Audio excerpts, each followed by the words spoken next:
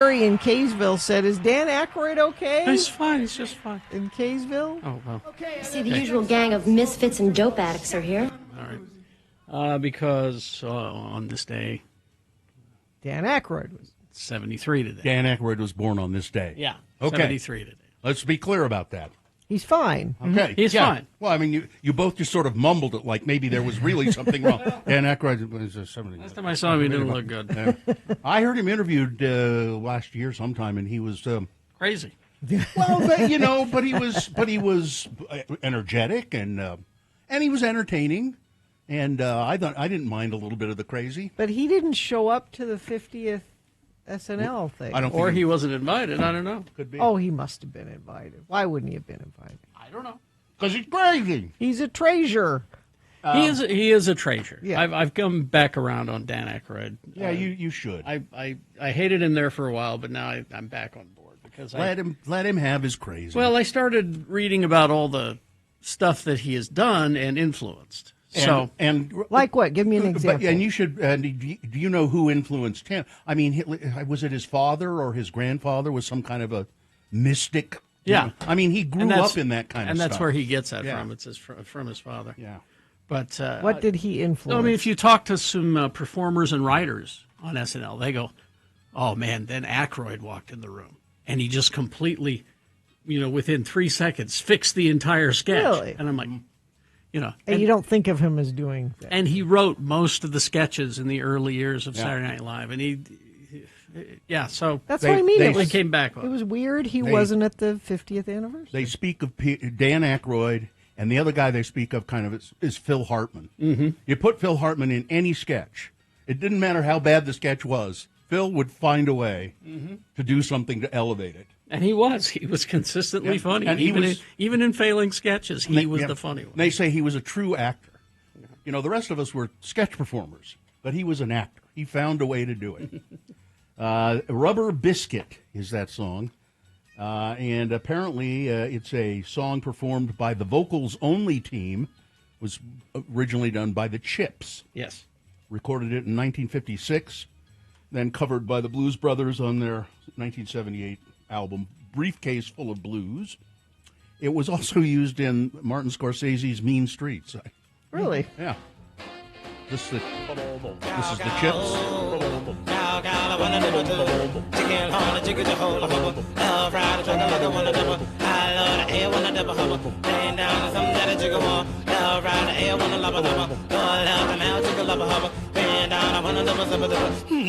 Do that again.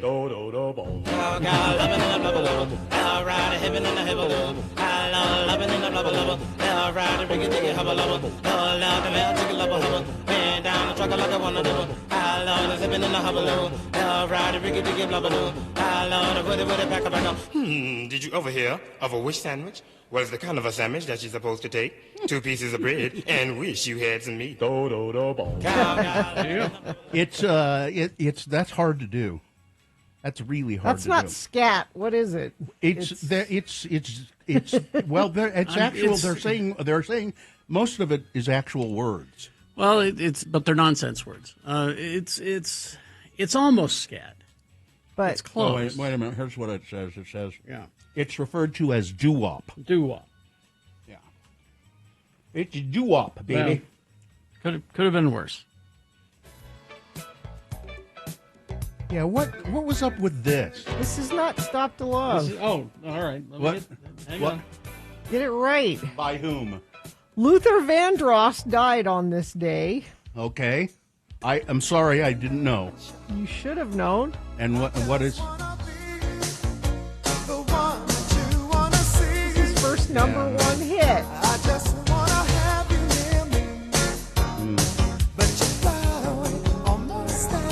Hush.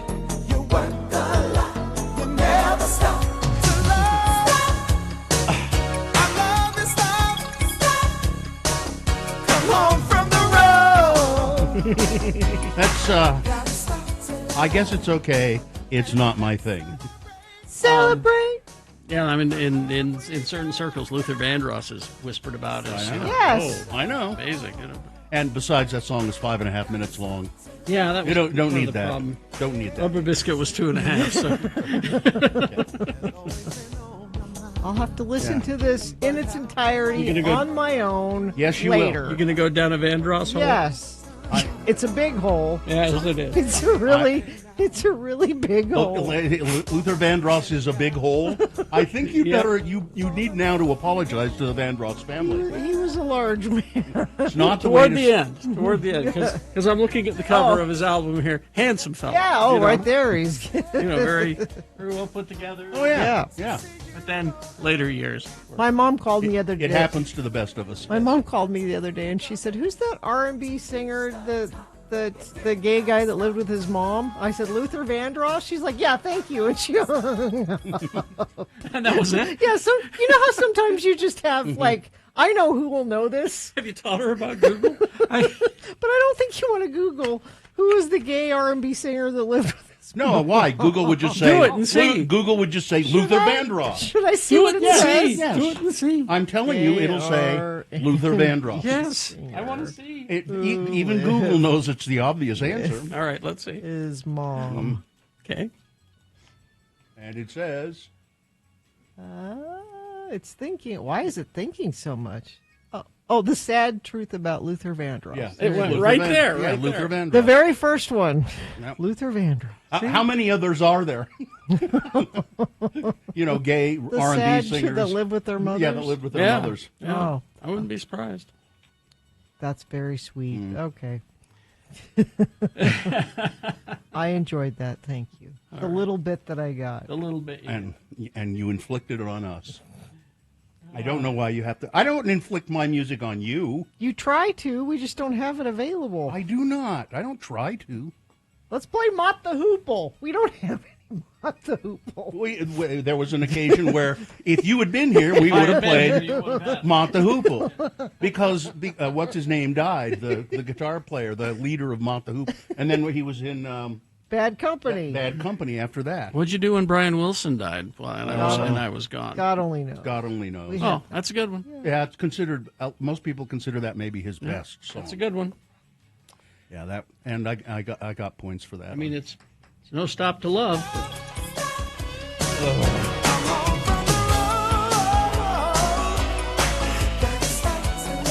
Let's celebrate. That's his mother sitting in the front row saying, "He's a good boy." He's a good boy. He's Every gay boy needs a mom in the front row Exactly. saying, "He's just a good boy." misunderstood. Exactly. Yes. This has been Farting Around with Carrie, Bill, and Gina on X96, Radio from Hell. Okay. Let's take a break, and then we'll come back with your check-ins. 877-602-9696 is the number to call. Check in with the Radio from Hell show. We like to hear from you in the morning on the phone, if you would, please. 877-602-9696. Perhaps you'd like to share your memories of Luther Vandross here on X96. Oh, thank you. Listen up, Radio from Hell podcast.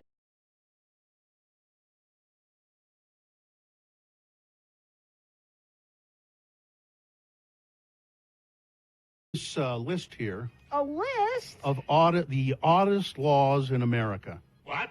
Rules, all kinds of things. These are laws that are on the books in various states. So, for instance, in Alabama. Well, is it It's a list. is it a proper list? I think so, Okay, yeah. all right. It's Radio from Hell with another list, because people love a good list. X96. This is a law on the books in Alabama. You may not dress as a member of the clergy unless you are one. You What about can't- Halloween? No, it's a misdemeanor. I want to be a pregnant nun for Halloween. I can't do that? In Alaska, you can't operate motorcycles or loud power tools at night. Well, that makes sense, doesn't it? That's all right, not so yeah. strange. Arizona, you don't interfere with a claw machine or a crane game. You know those where you, yeah, the claw. Don't. It's illegal to mess with them. If you do, it's a misdemeanor. Arkansas says, forget about beeping your horn after 9 p.m. at sandwich shops. At sandwich Yes, shops specifically. It says here, no person shall sound the horn on a vehicle at any place where cold drinks or sandwiches are served after 9 p.m. Don't disturb my sandwich. I don't understand that. I'm having a before-bed sandwich. In California, you can't eat frogs that die in frog jumping competitions. Huh? That's a waste of a frog then, right? Well, yeah, I mean, you just throw it on the heap. Colorado, you can't use upholstered furniture outside. Why not? I don't know. You can't So you have to use upholstered furniture outside. Oh, here, I bet this is the reason. It's outdoor furniture lobby people saying, you must buy outdoor furniture. I think it's because it just looks trashy. That's why I made that law. You can't use upholstered couches, mattresses, or in the front or backyard or the side yard. I'm an elected official, and I've decided that looks trashy. Now, this is a good law. In Connecticut, it is against the law to sell silly string to a minor. Oh yeah, we're anti-silly. That's a good idea. You know, I think what about mascots? I think only mascots can have silly string. No, they're dangerous with silly string. And that stuff's flammable, you know. Is it? Oh yeah. I've told that jazz bear, you stay away from me with that stuff. I'll punch him. In Delaware, you can't whisper or use profane language in a place of worship. You can't whisper in a place of worship? Yeah. Does that mean you're supposed to only talk out loud? It says no person may disrupt religious worship by noise, talking, or whispering, or by rude or indecent behavior. But how do you tell your kids to knock it off? You just shake your fist at them. Tell them they're going to get arrested. Don't feed the alligators in Florida. That's not odd. Yeah. Georgia, you can't have chickens crossing the road. Well, it's just a good idea. Well, what they need to get to the other side. Well, I'm sorry. They really don't need to. You have to carry them. What kind of business do they have? What business are they carrying out across the street, really? And in Idaho, you can't carry a red cane or a white cane unless you're fully or partially blind. That's right. You can't dye a baby chick in Illinois. Yeah, in Indiana, don't even think about catching a fish with your bare hands. Why not? No hillbilly hand fishing? Nope. They got a whole series of shows about that. In Iowa, don't pass off fake butter as real butter. Now, that's a good law. Let me see where... Give me a good one to end with here. We don't have one for Utah. We don't have there one. There are all no of weird... laws. Yeah. Just look at our liquor laws. That's all you need to know. Let's see, one more. I got to get a good one here. In Maryland, it is illegal to use stench bombs. What is a stink bomb? A stink bomb. Any liquid, gas, or solid substance or matter of any kind which is intended to be thrown, dropped, poured, deposited, or discharged for the purpose of producing a noxious, nauseating, sickening, irritating, or offensive odor. No stink bombs allowed. Somebody did that to me once, so I'm going to make a law about it. Yeah, there you Stop go. it. We hope you'd enjoyed another list with Radio from Hell on X96. I'm an elected official.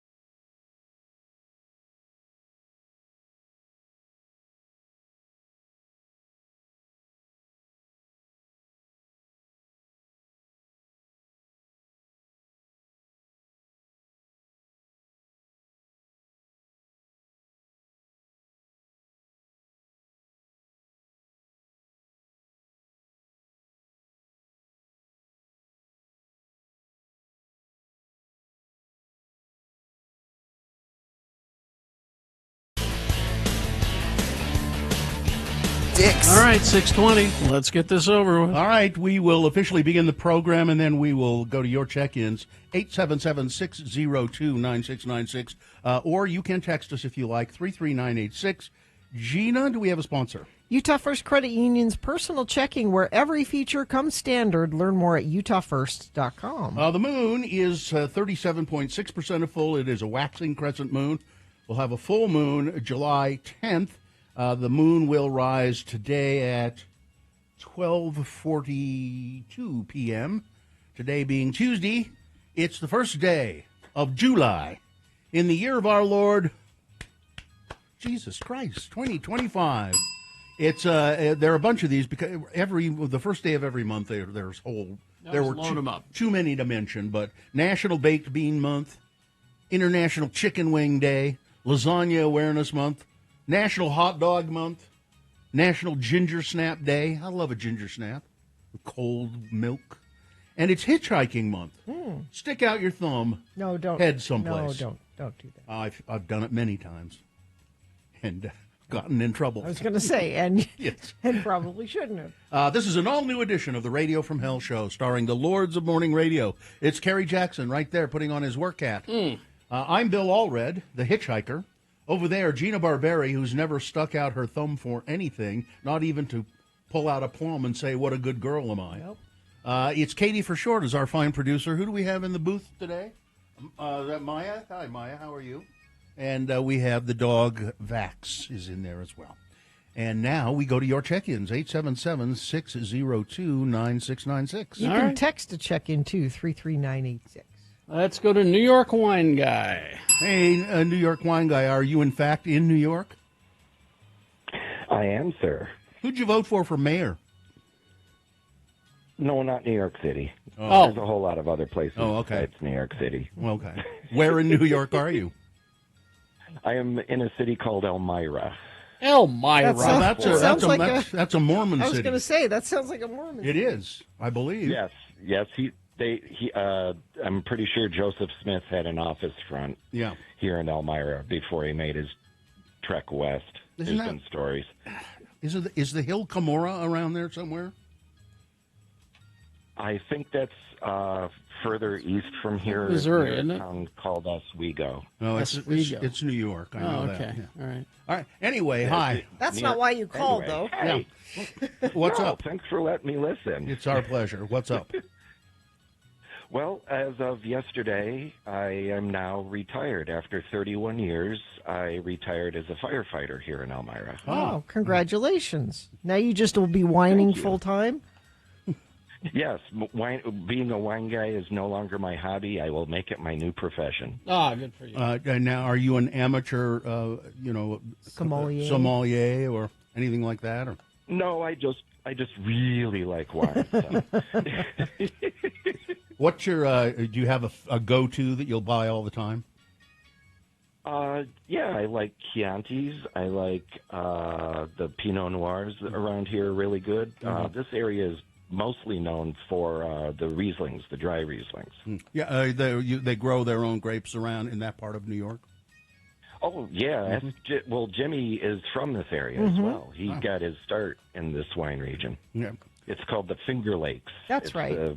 Yes. Central New York State. Yeah, I know. Yep. I know where that is now. Yeah. Well, hey, congratulations on your retirement. That's and great. how? Can I ask you one quick question, and then we got to go to another call. How is it that you started listening to our show? You're in Elmira, New York. Okay, well, it's like 6 Degrees of Kevin Bacon. It was through the Mediocre Show in Philadelphia when they became friends with Carrie and Jeff Weiss on the Geek Show, and then with Carrie, I came to the Radio from Hell. I remember that. Well, there we go. The Mediocre Show isn't still around, is it? I think so. It is? No, maybe it is. It is. It's only. Yep. There's a couple of new hosts to go along with Eric Tomorrow, who was the original creator of the show. That. Yeah. Yep, but they're still going strong. They're only about 1 or 2 episodes a month now, but yeah, they're still there. All right. Hey, Brian, nice to hear from you. Thank you. See ya. Thank you. All right. Let's go to Lily. Oh, hi, Lily. Or a.k.a. Little Miss Cement Dave, I believe. Out in Far West. How you guys doing? Good. How are you? What's up? Well, 1, I have a joke, and 2, I have welding classes later this week. I told later them about today. your welding classes. I think that's so awesome. Is there a particular? Yeah, and Carrie did a reference. There's different kinds of welding. What are you doing? What kind? Arc? Right now, I am doing arc welding, but then I'm going to move on to splatter, and then right now I'm working on oxy cutting as well. Ooh. Oh, wow. That's scary. All right. So, what is your joke, Lily? You know, dragons will never blow up. Why not? A dynamite. We'll let that one go, Lily. Yeah, I'm gonna be thinking about that one for about It's a way homer. 15 more, about 10 more seconds. So. How are your puppies, Lily? Oh, they're wild. And we also now have bunnies and chickens. Oh, my wow. goodness, you got a farm. Bunnies and chickens. They're outdoor bunnies, Practically. right? Outdoor bunnies. Depends on the day, because it has been so hot. Yeah, that's And they're true. Angora bunnies. Oh, They're all fluff. yeah. All right. No. Thank you. Have a good day welding, Thanks, Lily. Have a good day, you guys. Bye. You're going to need welders on the farm. Yep. All right. Sketchy Blake of Ogden checking in, taking wife for post-surgery follow-up this morning. Mixer driver Shane checking in from Tickaboo. Zane of Dallas checking in. Got my radio from Hell Chicken Bucket yesterday. Thank you, Lord. Did Henson Bill already have a rubber chicken for dinner last night? We'll find out, I guess. Let's see. Mike in Nashville checking in. Slow-speed police chase on I-24 westbound, causing massive backups. Oh, it's heading into Infiniteam. downtown. Thank you. Yeah, Infiniteam, you can report from anywhere. Traffic is bad in Nashville. Let's see. Katie in San Pete County saw the F1 movie last night. Respect to race car drivers everywhere. Yeah, I think we'll go see it this weekend, probably. Luther was involved in Bowie's Young Americans. Really? Suggested the chorus, as I understand. See? Look You that up and see. Do you have respect now? That's the first I'm hearing that. See what? That he's worthy of our attention. April in American Fork. Calvin from the Dell checking in. Rye from Orem. Meshach of Erda. Tristan from the most west of Jordans. Johnny B checking in. I started my morning by needing to get a hose and fitting. Oh, hose and fitting. Oh, okay, that's different. David Bowie's Young Americans album prominently featured Luther Vandross as a backing vocalist and vocal arranger, an unknown singer at the time. He was invited to work on the album. So he's doing the all night. Yeah. Tyler the Trash Man checking in. My only Luther Vandross memory is the burger from the Boondocks, the Luther. A bacon double cheeseburger with donuts for buns. Jeez. And they called it the Luther? The Luther.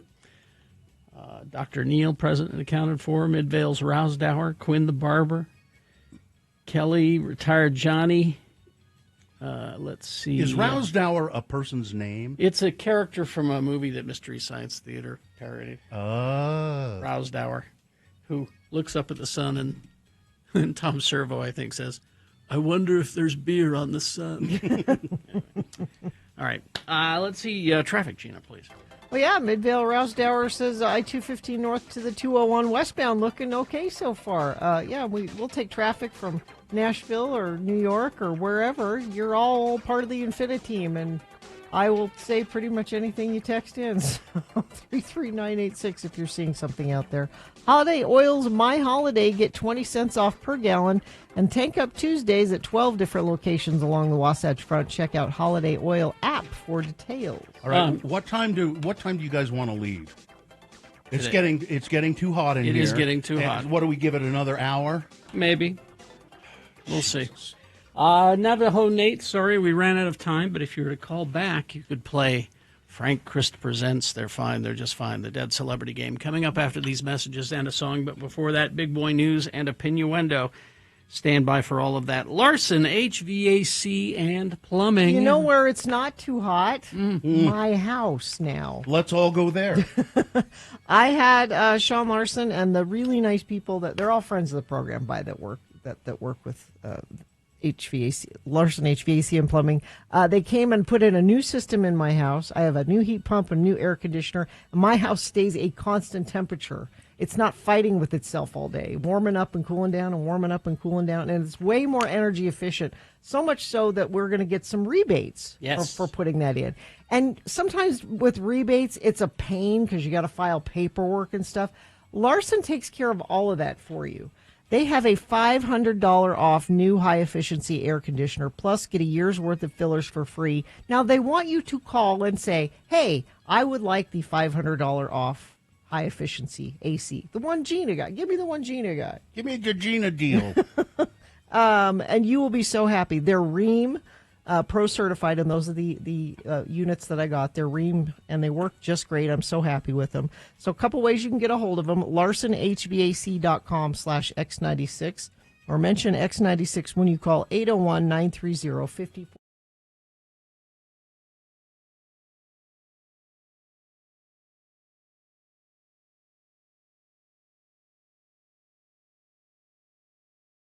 All right.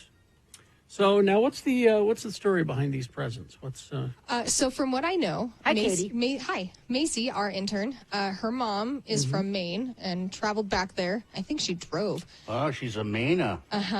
And she got all of us gifts. She even got Todd and Nick something very small compared to what we got. Okay. She refused to have Macy give them to us until she had gift bags. These are nice gift bags. So they are. Heavy. And on each of them, there's a little note written on the front. Oh, let's see. Mine says, Katie, a taste of Maine for your enjoyment from Macy's mom, a.k.a. Tracy, longtime friend, Radio from Hell listener. It's a potato, isn't it? 100%. A potato. Is Maine known for potatoes? Yeah. Not that I know. Okay. Why would Maine be known for potatoes? Famous potatoes. So, Well, I don't have a present. well, you do. It is currently sitting in the studio, well, in my studio, and I will bring it to you after Well, the go show. open it. Go bring it in and open it. Okay. Okay. So go get it. These may all be the same. Well, I don't know. Marshmallow fluff. Oh, I got that too. Yeah, we might all Okay, have it the sounds same like it thing. is the same. Okay. All of us have Oh, the they same are? thing. Yeah. Okay, so it's marshmallow fluff. Gluten-free marshmallow Gluten-free. fluff. This is Fluffernutter, the real Fluffernutter. Yeah. And processed in a nut-free facility. So you know. The That means delicious. everybody was sane. Now, I have never purchased marshmallow fluff, but I've seen lots of different recipes that use it to make like s'more type things. Like s'more casseroles and stuff. In fact, Carrie, I think your wife sent me one just the other day. So now I have the fluff to I make keep it expecting this to be like a bottle of or a jar of mayo, so it's heavy, and it's not. It's manufactured by Durkee Maurer Inc. in St. Lin, Maine. Maine is also famous for Massachusetts, lobsters. with. There's not a lobster in here, I don't think. Well, but you've put some fluff, some marshmallow fluff on a lobster. I don't think It's that great. would be. All right, so what's the next thing? Here we go. Oh, Wild Maine vodka seltzer. Oh, Did we all get the same flavor? Blueberry. Blueberry? Yeah, okay. I love blueberry stuff. so I'm vodka, kind of excited. sparkling Maine water, and natural flavors. Oh, you know, the whoopie pie is the official state treat of Maine. Oh. Whoopie pie? doesn't that Yeah, have that's- fluff, marshmallow fluff in it? It's marshmallow fluff between two chocolate That's the whoopie kind of pie. cookies. Okay. Yeah, the whoopie pie. All right. Next, we have the world's tiniest maple syrup container. It is Isn't so that adorable? Pure maple syrup, Maine Maple Syrup Products, Inc. When I used to play with Barbies, I would have, this would have been Barbie's maple syrup container. I would have taken that and made it Barbie's. There you go. But even a Barbie scale, this is like two-hander. Yeah. You know, that's Yeah, a two-hander. It's a big thing. Well, that's like, That's exciting. I like that's a that. single serving, I'm thinking like that. of. All right, what's the next thing? I've got Ray's mustard. Oh, It Ray, is, Ray with an E. yeah, R-A-Y-E. authentic award-winning Small batch crafted Ooh, that looks mustard. good. gourmet hot dog experience. I'm getting sandwiches today, so this will come in handy. Yeah, I'm actually excited about this. Made in Maine, Ray's authentic award-winning mustard. And you can tell it's like fresh. Here are the ingredients. Okay. This is interesting. Number one ingredient, Yeah, deep well water. Not water, deep well. deep well water. Because it's cold. Blended whole mustard seeds, distilled vinegar, salt, turmeric, and chili. But deep well water. Deep well water. I hope there are some fiddleheads in there. What's a fiddlehead? Is that a It's Maine it's thing? a kind of it's a root that they eat in Maine. I've had fiddleheads before; they're delicious. Now I'm all about this last little What's this piece of next this one? gift. What do we got? Oh, look at that. Maine wild blueberry ginger Jam. handcrafted jam. A delightful blend of blueberries, a kick of ginger pair perfectly with waffles, muffins, ice cream, biscuits, toast, and pancakes. No preservatives in this at all. I'm excited about this one. How about B&M brown bread in a can?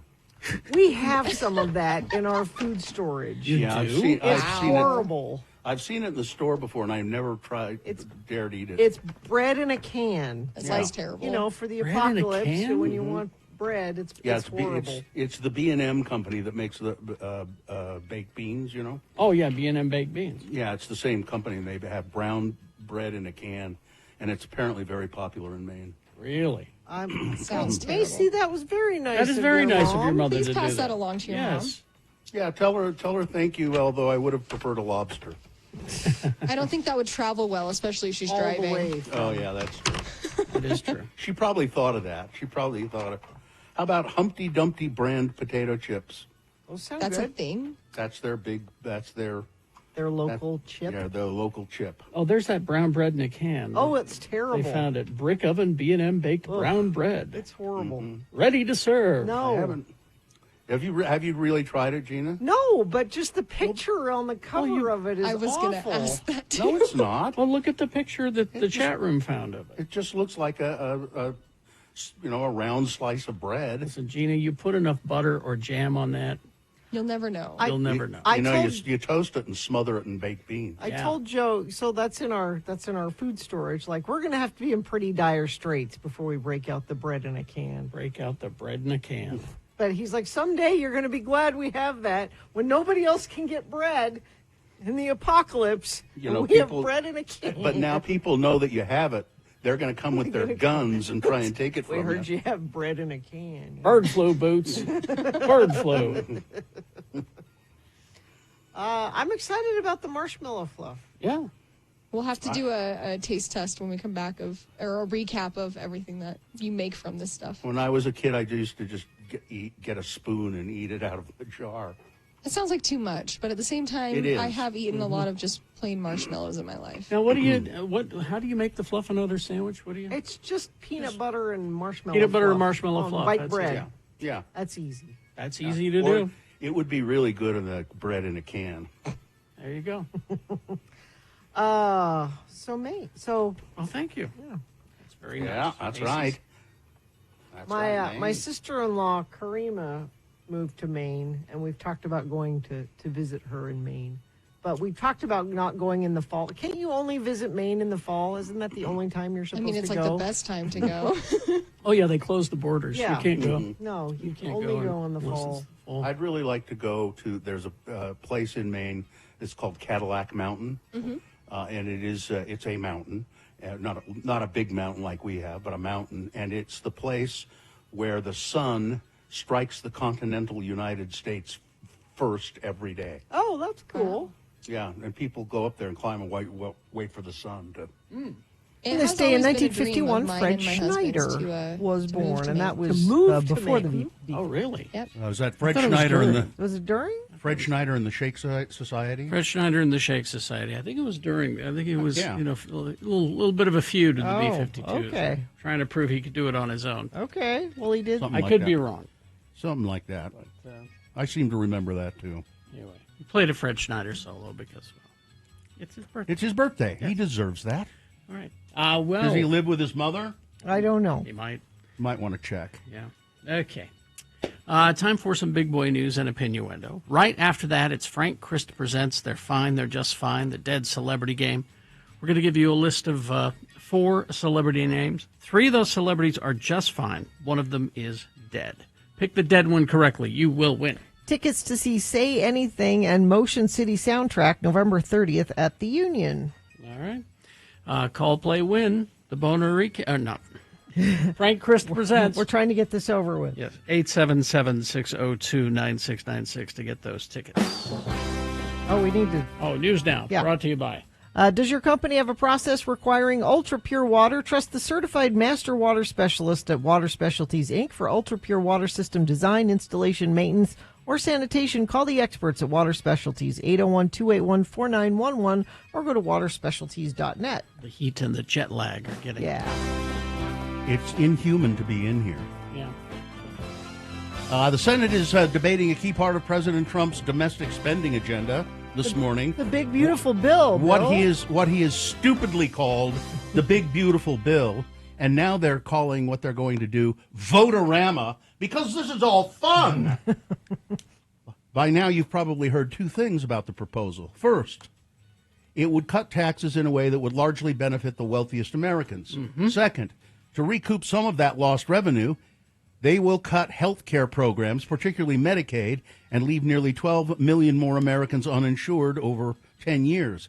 These parts of the bill are important, but they're far from the only elements in the sprawling 940-page bill. The legislation also touches on food stamps, clean energy, mass deportations, student loans, military spending. Today, here are some of the less discussed provisions. Let me give you one now. Because the bill is foremost about the federal budget, it goes through a special procedure called reconciliation. That lets the Senate pass it with a simple majority, no filibuster allowed. Republican lawmakers have therefore treated this as a rare opportunity to accomplish a bunch of different priorities. Food stamp cuts. Yep.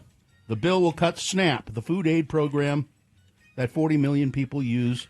It'll cut it by about 20%. That would make work requirements stricter and ask states to pick up more of the cost.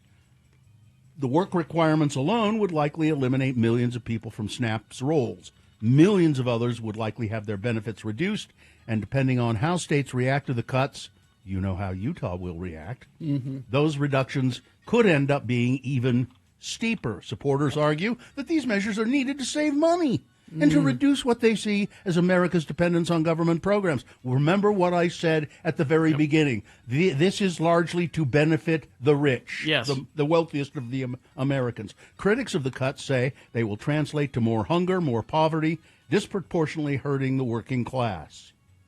I'll tell you more about the bill as we go along. There's a lot left in there. Here's a sweet story. Rita Ora is opening up about giving her husband the proposal she would have wanted for herself.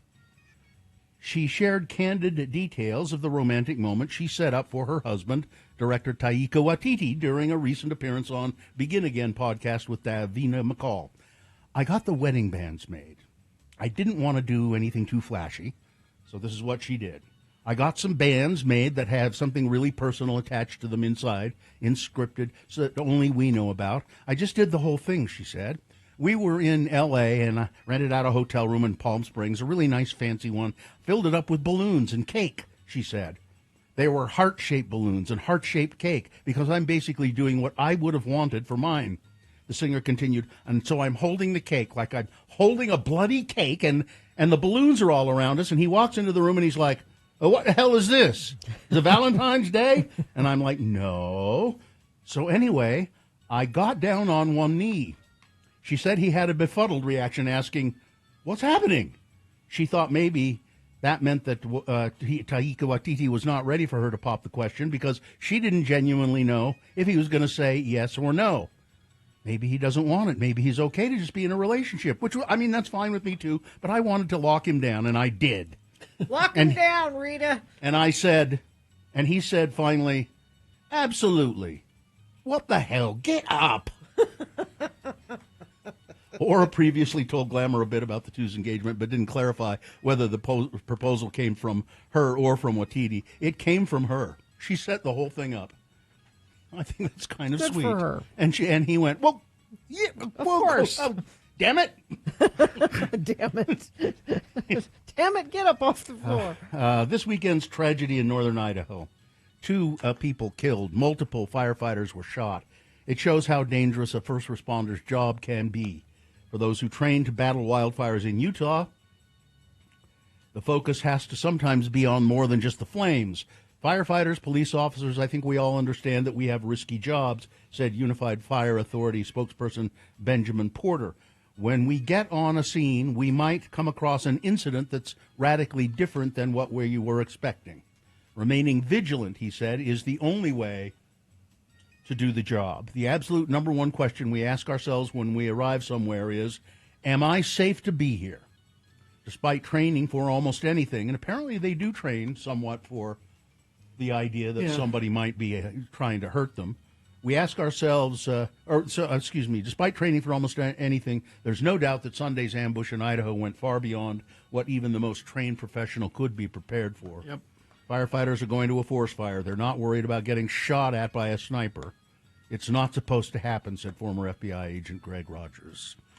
I-80, the highway, fully opened. It was closed for hours following a police chase that ended with a shootout between officers and a suspect. Police said the incident started 10:45 p.m. Sunday. A tow truck driver called 911 saying somebody had shot at him near Redwood Road in North Temple. They found the driver who fired the shots. He fired at officers. Driving off, officers started a pursuit, fired their weapons at the driver before eventually using a pit maneuver to bring his car to a stop. And the 44-year-old man was taken into custody. He was shot. He is in critical condition, but they had the I-80 shut down for hours. And there was a story I heard earlier this morning about some people who were on I-80 when this was all going on, and all of a sudden there are bullets whizzing around their car. Wow. And they said, what the hell? But everything is moving through there now. Yeah, that was yesterday. Yeah. So, Gina, you've been urging people, of course, to go to fireworks shows, not do your own fireworks. Yes. Go to fireworks show. But you must remember last year at Stadium of Fire. About 22 people were injured by fireworks. That's right. Errant fireworks. Organizers, okay, so how about we just don't do fireworks? Organizers are promising improved safety measures at this year's show, with errant fireworkers going into the crowd in 2024, injuring dozens of people. Stadium of Fire attendees this Friday can still expect to see the country's largest stadium fireworks and drone spectacle, even after the accident last year. This time, however, the show will exclude the self-propelled Whistler firecrackers, which were responsible for the mishap that injured 27 people, said Emery Cook, a spokesperson for the Freedom Festival, which hosts the fireworks display at LaVelle Edwards Stadium in Provo. I saw the name of the headliner. Rascal Flats, Bill. No, come on now. It's somebody. It's some country person, but I didn't. Rascal Flats. Oh well, yeah, you're right. Rascal Flats will be there. I do though. There was some other guy. You say we don't have any white culture. Funny line. Lauren Boebert says she doesn't believe that the U.S. moon landing was real. Of course. Yeah. Donald Trump will attend the opening of Alligator Alcatraz Migrant Detention Center in Florida. Yeah, the cruelty is the point. Yeah, the facility, which is still under construction, sits on the side of an abandoned airport. It's expected to house up to 5,000 detainees. Meanwhile, a recent social media post by the U.S. Department of Homeland Security has sparked controversy after the agency shared an AI-generated image depicting alligators wearing immigration and customs enforcement hats outside of a facility that resembles a prison surrounded by barbed wire. Supporters of the detention center argue that its location, marshland inhabited by alligators, pythons, and other dangerous wildlife, will deter escape attempts. From these people that just came here to mostly just try to work. Yeah. As a matter of fact, immigration raids have really started to hurt the farmland in California. They're complaining to President Trump, and he's saying the most recent thing he said about that is, well, I trust farmers to know whether they're hiring rapists and murderers or not, so I'm okay with that. So what? So what's the point? And then my friends that own hotels, I trust them to hire people that aren't rapists and murderers.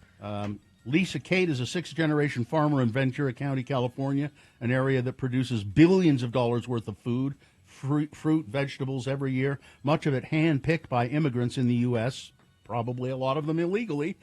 Tate knows the farms around her well, and she says she can see with her own eyes how raids carried out by agents from U.S. Immigration and Customs in the area's fields earlier this month, part of Trump's migration crackdown, have frightened off the workers. I'm going to say this over and over and over 70% of the workers, she said, are gone.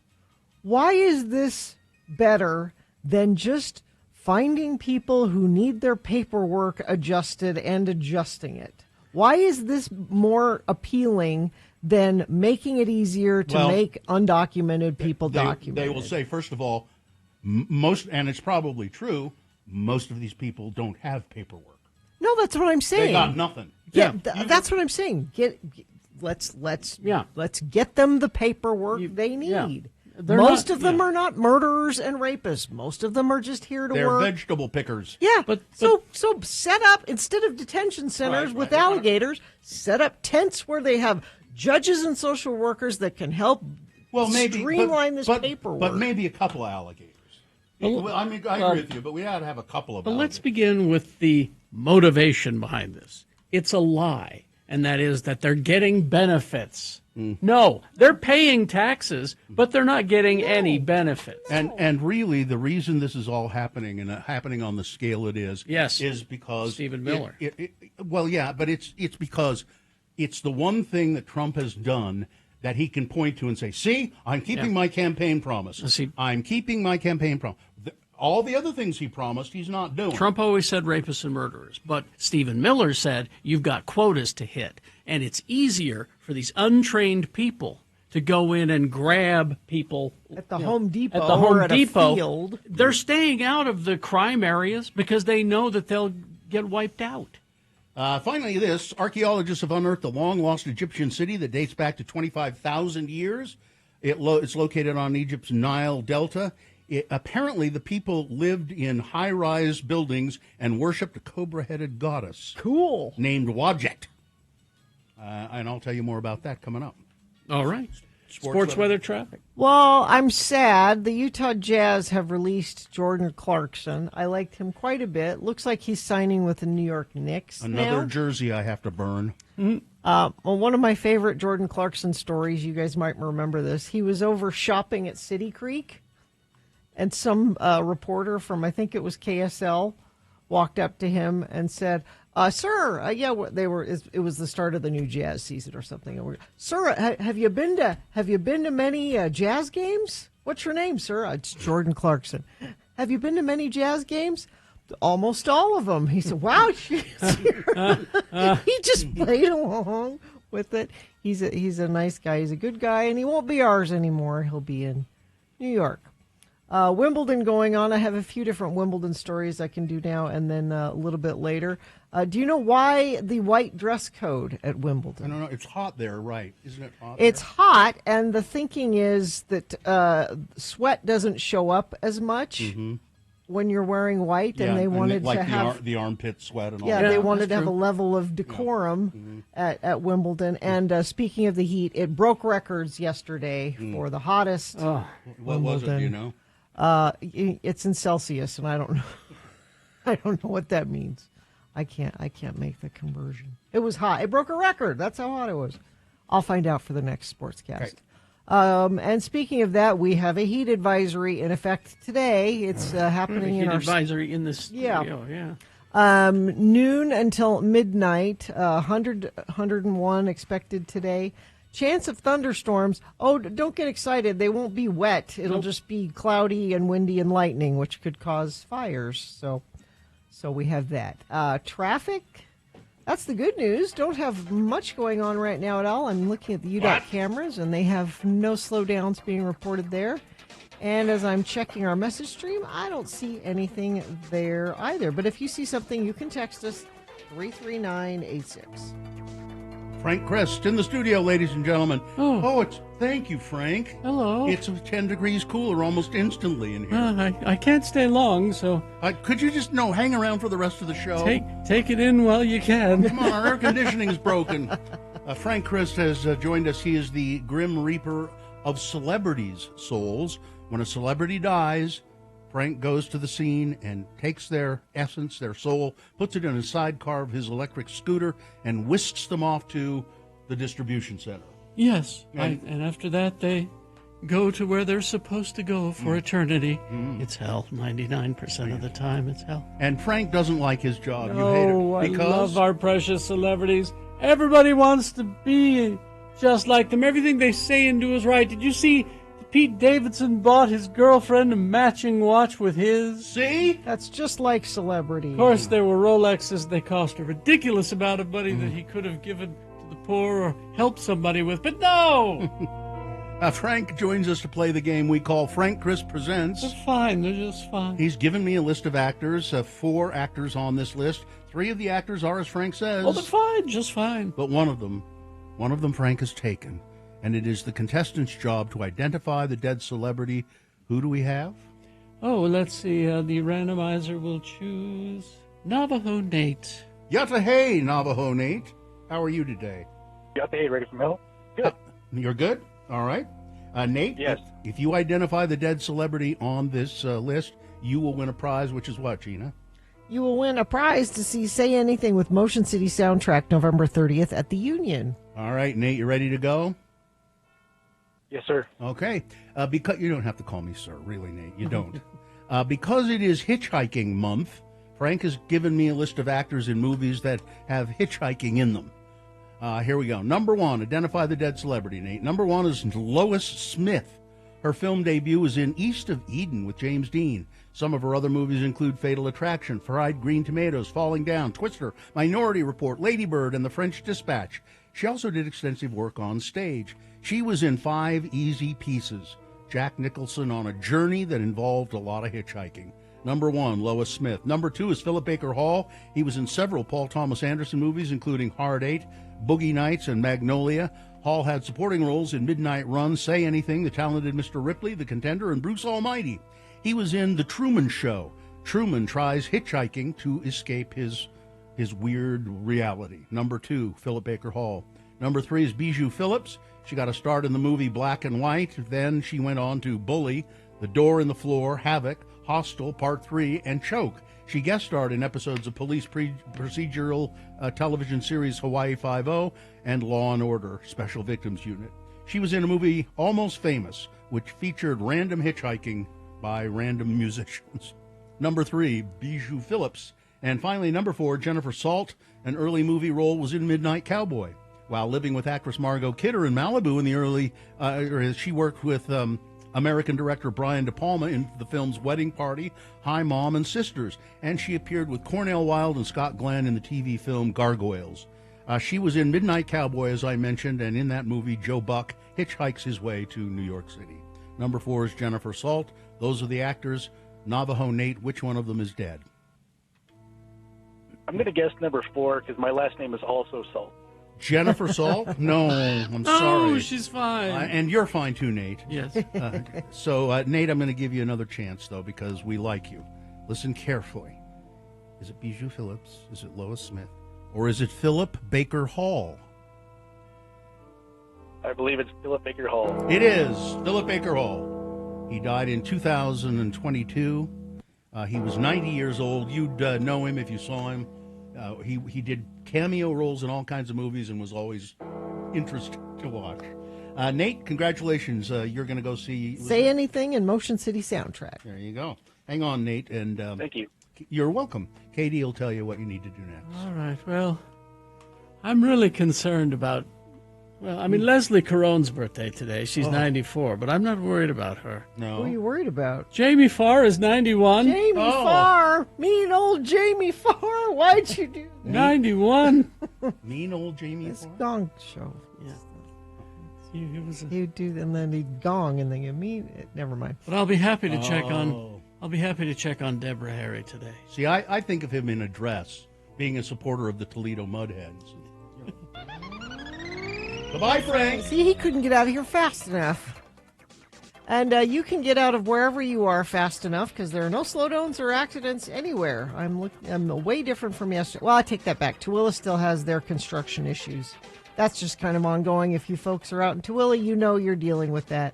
Everywhere else looks pretty good, though. If you see something, though, you can share it with us, 33986. The Summer Showdown continues this weekend with Summer Showdown movies, But I'm a Cheerleader versus Hairspray. Get tickets and showtimes. This is at the Broadway Center Cinemas, of course. Go to slfstix.org. KXRK Provo. All right, we will take a break. We'll be back after these messages with a quick movie review. I hope that there won't be spoilers, but... Careful. We'll just be careful. Boner of the day is on the way. And Hello, Yeah, What is coming up as soon as we award the boner. Start thinking about your questions for us now. You can ask us anything. We don't have to answer it, but you can ask us anything. You can, ask our audience a question. Maybe you're looking for a good sandwich. I don't know. It's the magic box. Yeah. 877-602-9696 is the number to call for Hello, Yeah, What after we award the boner. HasterGames.com, 6831 South State Street for board games, Magic, Dungeons and Dragons, dice, figures, paints, all the latest board games. Haster has it. And it's so hot outside, you want to stay inside in the cool confines of your home and play, well, Star Wars Unlimited. They have a new set coming soon called Legends of the Force. The set features characters and content from across multiple areas of the Star Wars galaxy, in particular focus on Force users. Those who can't wait till the release date are in luck. Hasbro will be hosting a special pre-release event for the set. You get your chance to get your hands on all the new cards before they're officially playable. Test them out against other Star SWU players.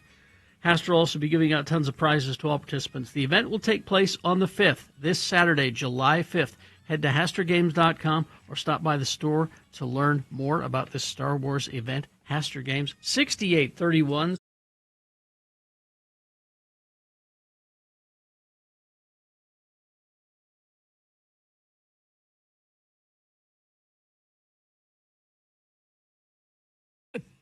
Let's begin.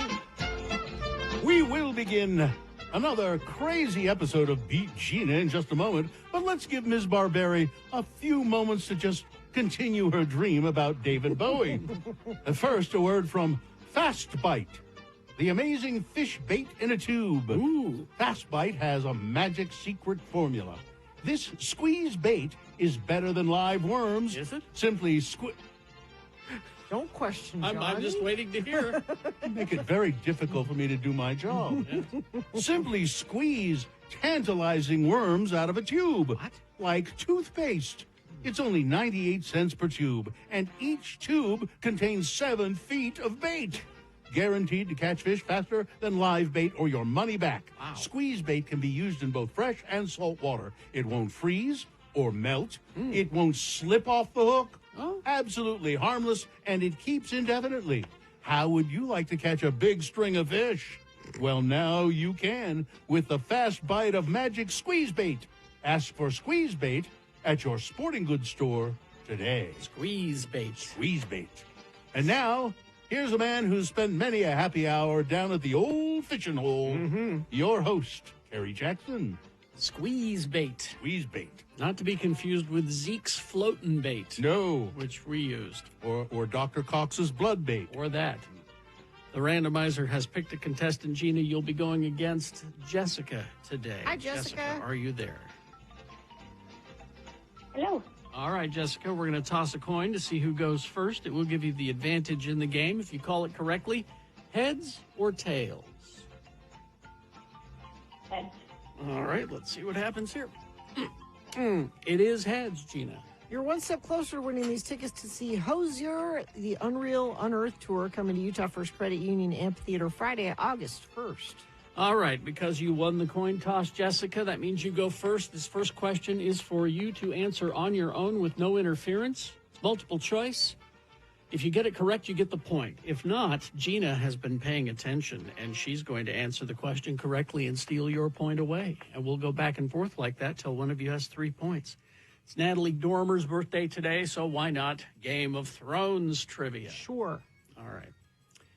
So, Jessica, first question is for you. What is the sigil of the House of Tyrell? Sigil, of course, the symbol on their flag. What is the sigil of the House of Tyrell? Is it 1, a stag with a crown? Is it 2, a golden rose on a pale green field? Is it 3, a black bat inside of a yellow oval? Or is it 4, kick-ass Harley with a bitchin' babe on the back drinking a Budweiser?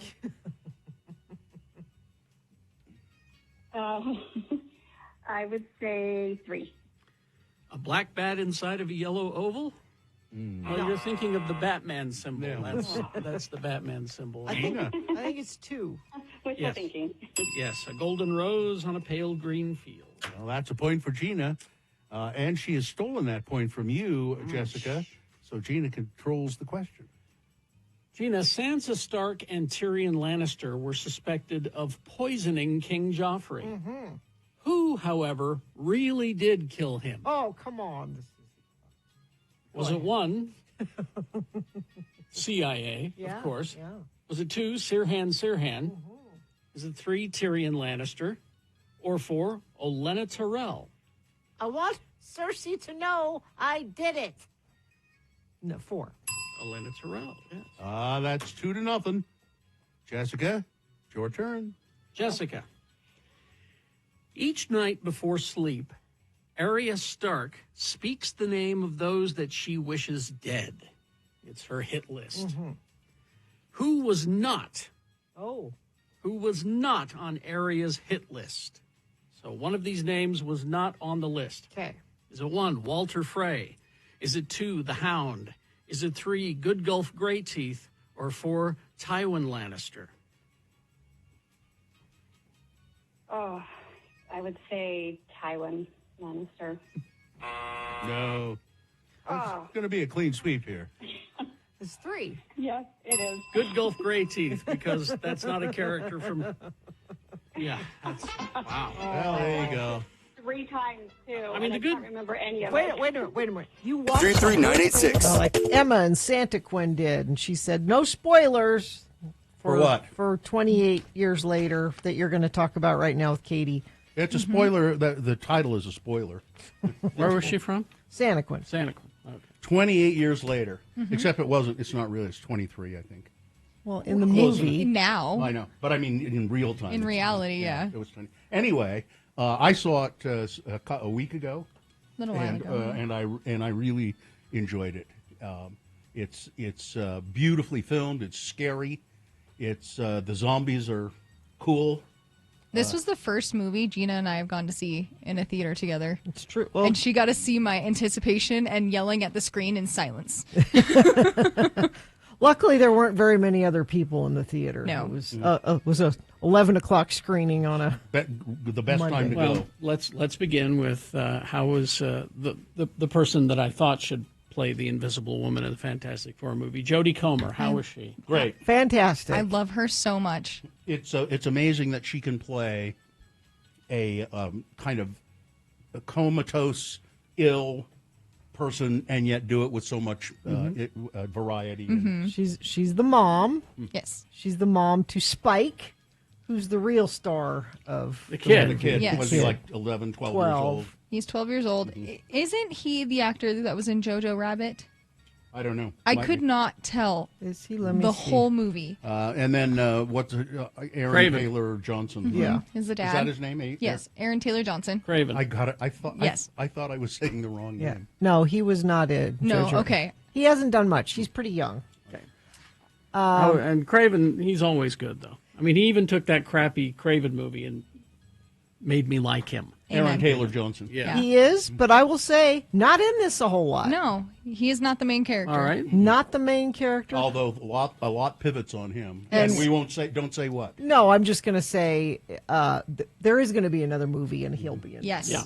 It's not. They didn't kill him off. No, they shot him back to back, as I recall. Yeah. What was cool about it, I thought, one of the things was, so they live on this island where the zombies. They've managed to keep the zombies away. It's the what is it called? The Scottish. It's a real Isle? place, too. It is, yeah. And it's connected to the mainland by, but you can when the tide goes down, then you can walk across. It's a causeway. Oh, Yes. Okay.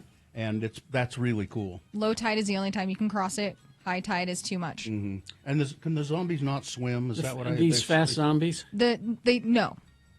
They That's can't. why they're Actually, The safe. infected cannot swim. That's why they're Yeah. safe. Okay. Yeah, and there's some really slow zombies that are ground lovers. They're down on the ground. They're pretty creepy. That was cool and interesting to see. But I don't know the big. Then there's a giant zombie, Yeah, and he's giant in many ways. and that's what everybody has been discussing. You know, I hardly even noticed that. I wasn't paying attention to that. Are we getting the spoilers here? No, No, I was. no, I because didn't this know. has been spoiled since the first people saw this movie. Okay. yeah. I mean, he's totally naked, and he's giant in many ways. Well, it makes sense that after 28 years, most of them would have lost their clothes. Thank you. That's exactly my Kind of makes explanation. sense.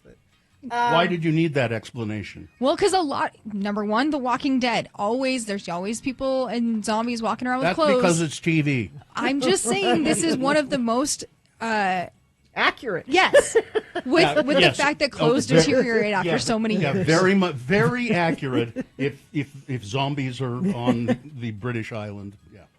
But now I was worried, Katie, it wasn't scary enough for you. It's not that it's scary. She's a professional. I know. No, I thought because there's an actual story here where there's not always something scary going on. But it's tense. It's very tense. It's very stress inducing to the point where Gina, we have these comfortable lounge chairs. We're sitting there, and I'm still sitting up, like hand motioning to myself, like, what are you doing? Why are you doing this? Remind me to never go to a Don't movie go in with there. you. Why are you I'm going quiet. I just move my hands a lot. So it has a story, contrary to what some people in this building say, and then what's his name, Ray Fiennes was he's in So good. He's in a scene, part of the movie that's kind of pivotal and it's I guess you'd almost call it a cameo role. It's more than that. He's just in it for one big scene. No, and he's I mean, he's mentioned, and then he's in a big piece of it. I think it's not just one scene. Yeah, and he's there to say, "Don't vote for me for Pope. I'm not the Pope. Don't do it." Although I would do it. I if have you're, a name picked If out. you're into it, I have a name picked out. But don't vote for me. But by one scene, I mean he's in one chunk of the movie. yeah. Yeah, and he's quite effective, I think. I think the filming of on the iPhones, and if you've seen the setups that they have with how the iPhones were There are done, like 50 of them on a rack. it was really well done. I still don't know how they would do that. It was so cool. It's a lot of editing. It's that's for because for the action sequences they wanted some kind of stop Yeah. motion kind of things, In a like, way. like kind of like the Matrix. Yeah. Where you're like falling And it's at the end of it, it's definitely a cliffhanger. Sure. Yes. I mean, you say, oh, I see. There's going to be another one. Yeah. I cried in a horror movie, and I'm not a cry. I'm not a crier. Not in movies. I cry I cry every time in A Bride of Frankenstein when he says, "Why can I not be dead like you?" But I mean, there's mom stuff in here. Yeah. There's big mom stuff in here. Jodie Comer. Yeah. Okay. And she does so well Well, with that's it. not the only mom stuff. There's a mom zombie. Well, That's- don't. now, Now, are that's Bill. That's a big. That's a That's spoiler. a big spoiler. No, not. Yeah, it is. No, it's not. Yes, it is. It's one of the best parts of the movie. We'll leave it at that. All right. It was a beautiful movie, and I was telling Gina right after, I was like, if they're going to do this again, is it going to end up being a countdown from 28 days later, or from 28 years later to And count back down the other 28 way. months later to 28 weeks later? I don't know. Because of I don't know. With the way it ends, that's what my thought process is. The way it ended, I'm looking forward to the next one. Me How too. about that? Does anybody know what the next one is called? No. It's something. Oh, it doesn't say 28 anything later. It's finished. I know. And they did it all at the same time. Yeah, it's a something castle, the something island, and it's coming out. And it's coming out relatively soon, I think. Oh yeah, Is I it? have it right Yeah. here. Okay. The Bone Temple. The Bone Temple. Oh, well, that makes sense. Oh. And it's coming out. We know what that is. In January. All right. My birthday month. There you go. Okay, cool. All right. Thank you. Thanks, you guys. Traffic. It's not a spoiler. I didn't tell you anything about the mom zombie. But the fact that they can have babies is... Now that's a spoiler. Well, then why would you call it a mom zombie?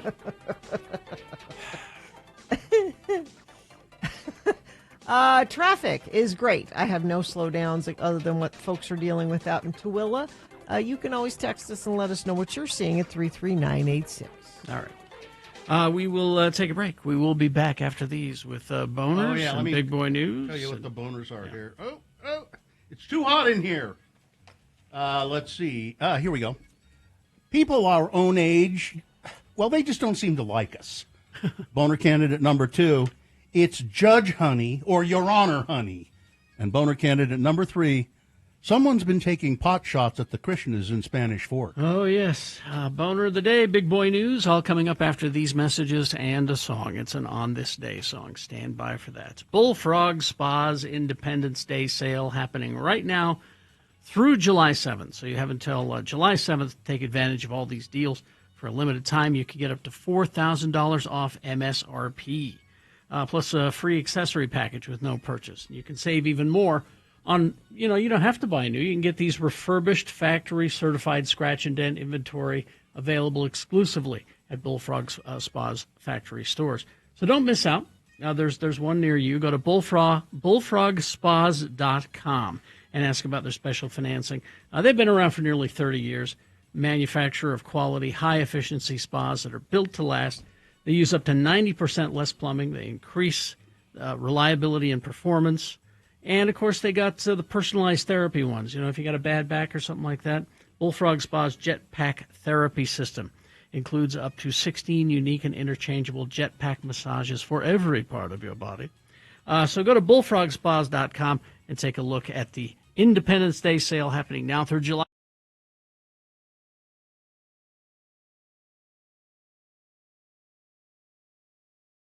That must go on the radio. From Hell Show. These are things that are bugging you. You want them gone from your life. Well, we've had reports from people who say, you read my must go on the radio and it went away. We make no guarantees, but it's worth a try. Send us your things that must go via email is where we get those. radiofromhell@x96.com. I'll go first. I've mentioned this one before, but it happens to me all the time, and I suppose it's my own fault. When you're walking your dog and she poops, and you take the poop bag and you pick up the poop, and then you throw the bag away and you continue on your way, and for some reason she didn't take care of all the business. Oh, no. And about 3 blocks later, there's more business, and I don't have another bag with me. And then people think I'm not a responsible dog owner because you can't say, hey, I had a bag and I need to take multiple bags. Gina, is this your first dog? Because I was just going to say, I don't know that I had one dog that would do one poop on a walk. Every other dog, and I've fostered more than 80 dogs. Multiple. Yeah. You foster more than 80 dogs? We have. Wow. Mm-hmm. Wow. That's mine. Let's see. This one from, please use my name at your leisure, or don't. All right, Hunter, I'll use your name. Things that must go.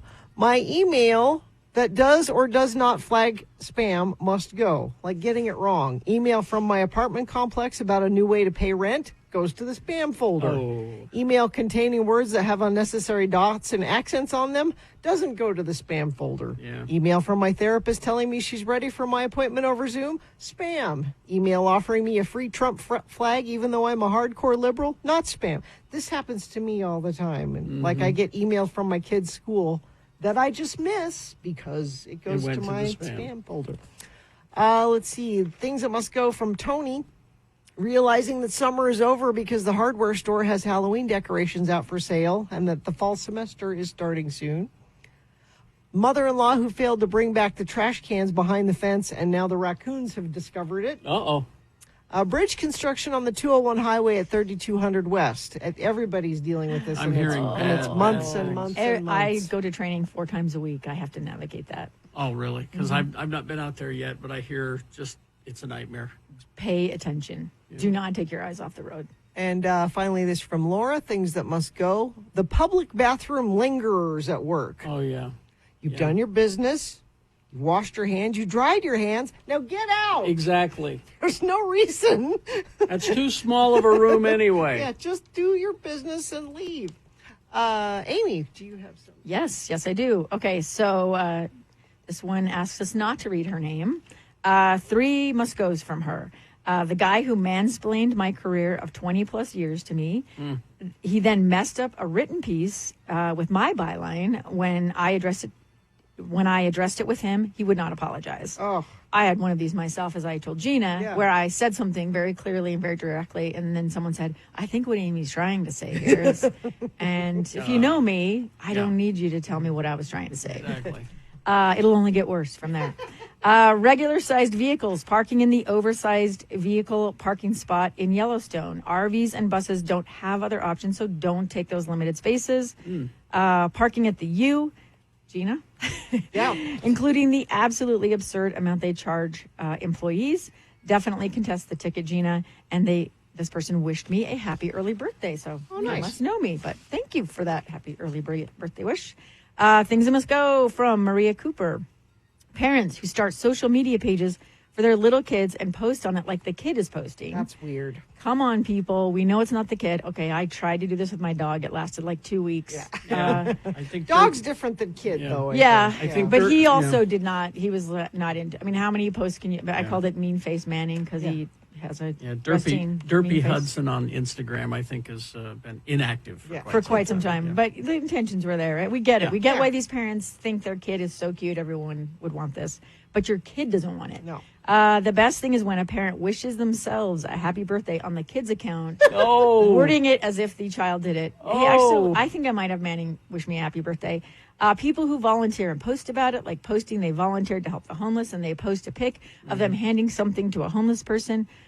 Just do it and stop needing the recognition. I would also say, don't take pictures of people that you don't ask, is it okay if I post this? Because you know, if I'm struggling and I need some help from somebody and they take a photo or like, can we I'm not going to say no, but you put them in a very difficult situation. Bill aging, as I started listening about 2002, I remember Bill being a young, spry guy who rode his bike and got around a lot. It's sad. We love you, Bill. Bill's fine. He's just fine. Yeah, and he'll be back on his bike. Don't worry about it. Yeah. Let's see. From Michael. Hello, Lords. 2 things that must go. First, I'm house sitting and taking care of a family's elderly dog. He's a mini pinscher named Ruger. What must go is the missing Apple TV remote. Every subscription they have is logged into it, so I can't watch anything until I find it. Please help. Second, and more seriously, whoever thought it would be funny to set off fireworks outside the AMC Theater in Layton this weekend. It was reported as an active shooter situation. Dozens of cops, SWAT gear, assault rifles, everyone having their hands up while being directed to a nearby parking lot by police. It could have caused literal trauma or panic. I'm thankful cops responded as they did because you just never know. So whoever thought that was a funny prank, you need to go. And then let's see. I had some rescue-related ones. People who say, I would like a dog that doesn't jump, is house-trained, crate-trained, doesn't bark, doesn't pull on a leash, and loves everyone. And I will say, get yourself a stuffed animal. Because what your dog does or doesn't do is because of you. So you want that dog, then you better be that owner. That's all I'm saying. Got to be training. Yeah. There you go. Carrie?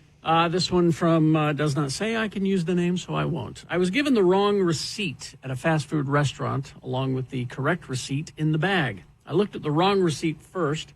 I thought, oh, my God, this isn't mine. I would never order this. A double hamburger, fries, a sundae, and a Coke. Seriously, how can we as Americans eat like this? Please make this go away so everyone doesn't die of obesity or heart disease. Well, I feel very attacked. You're not helping because you're at a fast food place, but anyway, no, it's too late. It is too late. Sorry. Let's see this one from Jeremy. My first thing that must go is streaming services that you sign up for, so you don't have to watch ads, that are now charging more and more and forcing you to watch ads. Now I'm essentially paying a monthly to watch network television. Seems like false advertising to me. Yep. Mm-hmm. I know it's old-fashioned, but cable. Think about it. All right.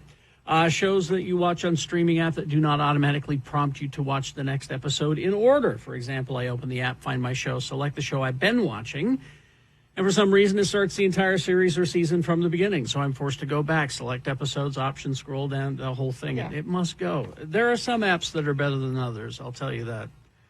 Paramount Plus app is terrible. How about sharing the app with your children, and then I am watching They're something, watching it and they watch different. 2 or 3 episodes because they can binge and I have a job. Same thing. You're all out of order. Same thing. Yep. And finally, this from Johnny B. Tequila Tough. The advent of screwing the cap back onto a bottle of tequila so tight that it takes superhuman effort to get it off the next time someone wants to access said tequila in the future. That must go. Short of needing some plumbing tools, it took great efforts to get the cap off the tequila. That feels very, very narrowly focused. Yes. Well, Johnny B has 2 things in his life: building his house and tequila. This. Things that, and his girl. Things that must go on the radio. From Hell Show.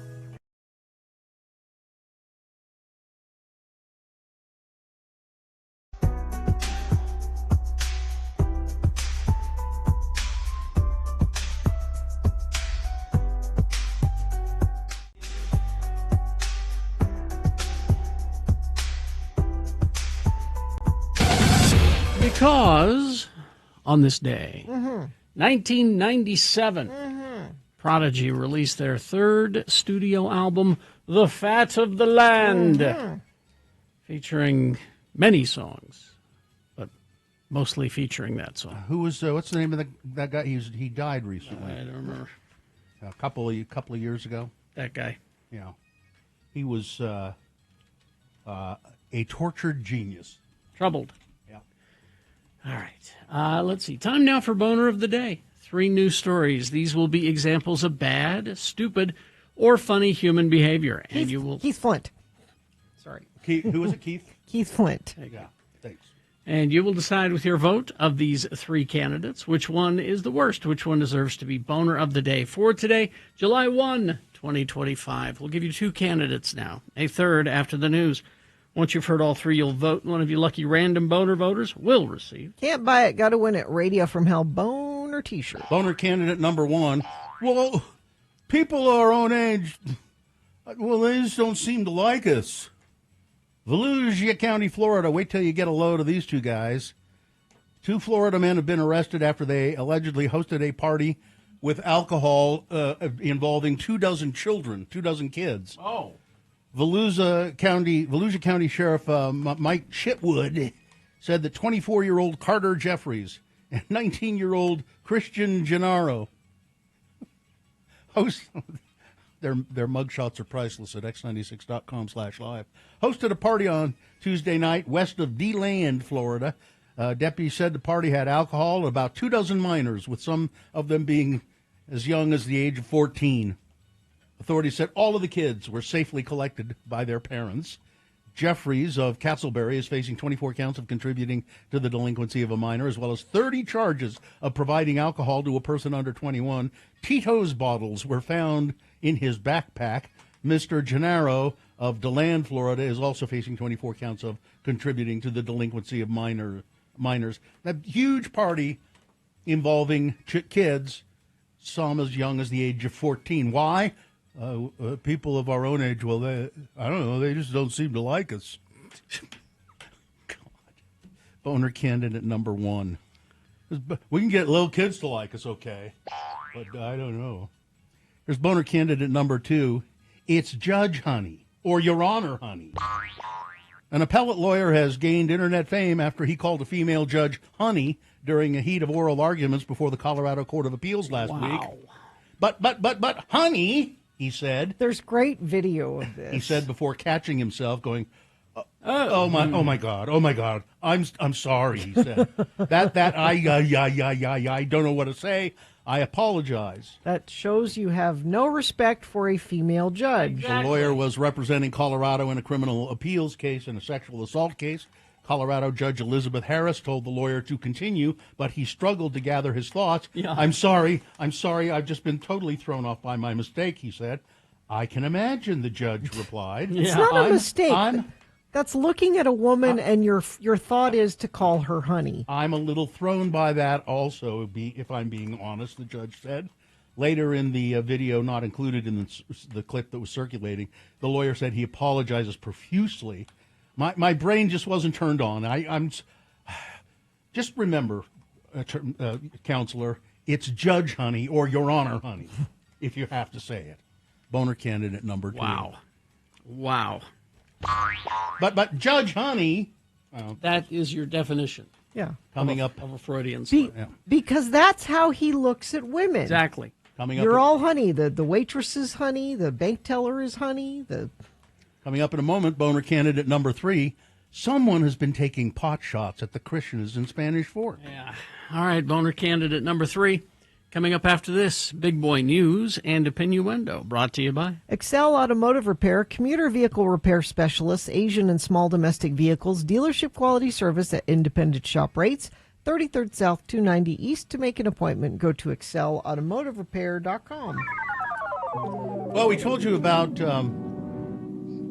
the stupidly named Big Beautiful Bill. It's a big, beautiful bill. It's what it is, a big bill. That they're going to pass here in Congress. I'm sure they'll pass it. We told you about the food stamp cuts. How about the clean energy divestment? The bill would roll back policies that support clean energy. That includes tax credits for solar and wind projects. Mike Lee's all for that. I'll bet. As well as credits that help Americans buy heat pumps and electric cars. It would even impose a new tax on clean energy projects. Republicans, many of whom deny the science of climate change, have characterized these subsidies as giveaways to an industry that doesn't deserve support if it can't survive on its own. Never mind that we're giving away billions of dollars to billionaires in tax cuts. And oil companies. Critics of the proposal, including Elon Musk, say the tax credits are needed not just to address climate change, but also to give an important U.S. industry a fighting chance against its heavily subsidized Chinese counterpart.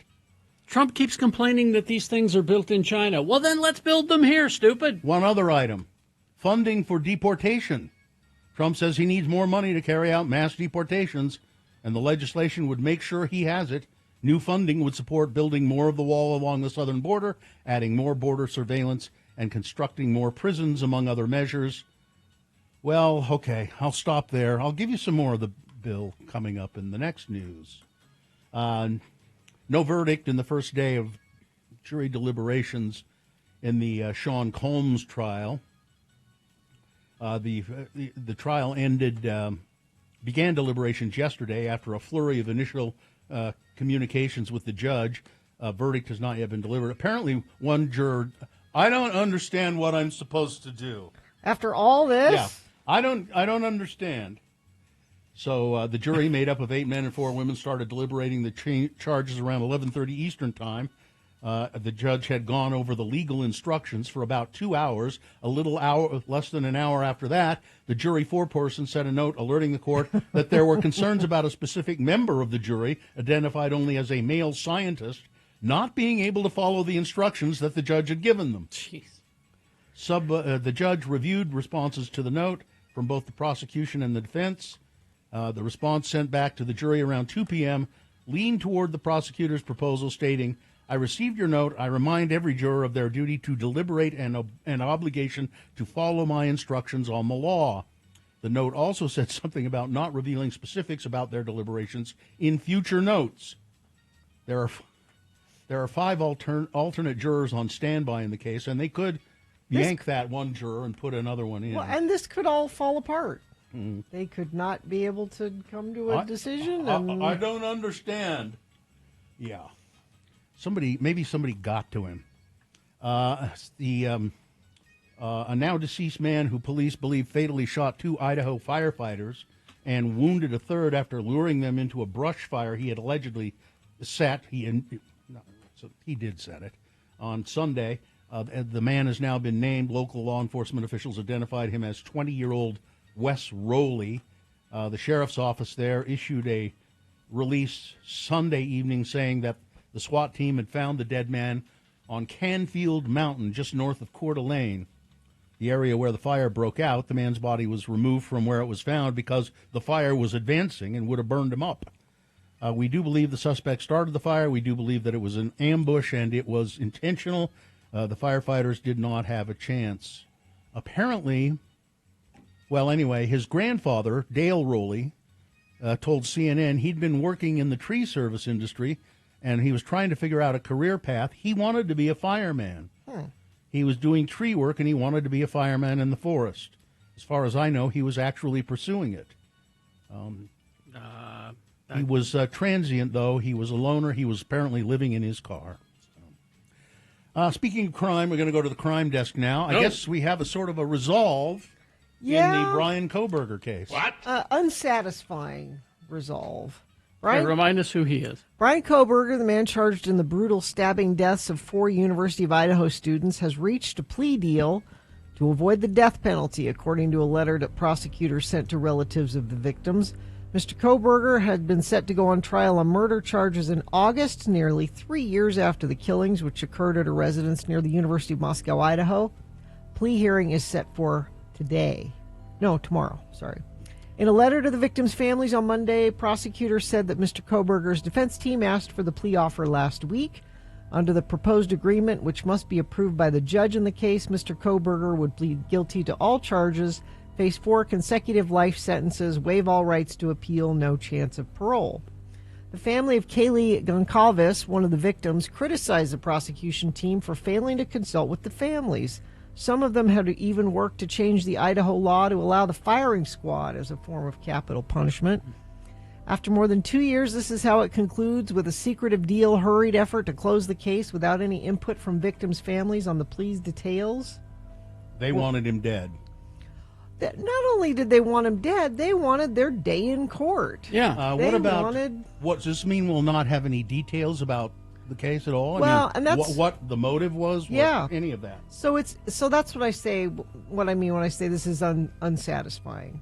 And I have a question for Ed Brass about, does this, I know they do victim impact statements, so probably when they have the sentencing, the victims' families will be able to stand up and say something, but it's not the same thing as going through that trial process and really trying to figure out what happened and why it happened. And now there's hopefully comfort in that he's incarcerated and not ever going to get out.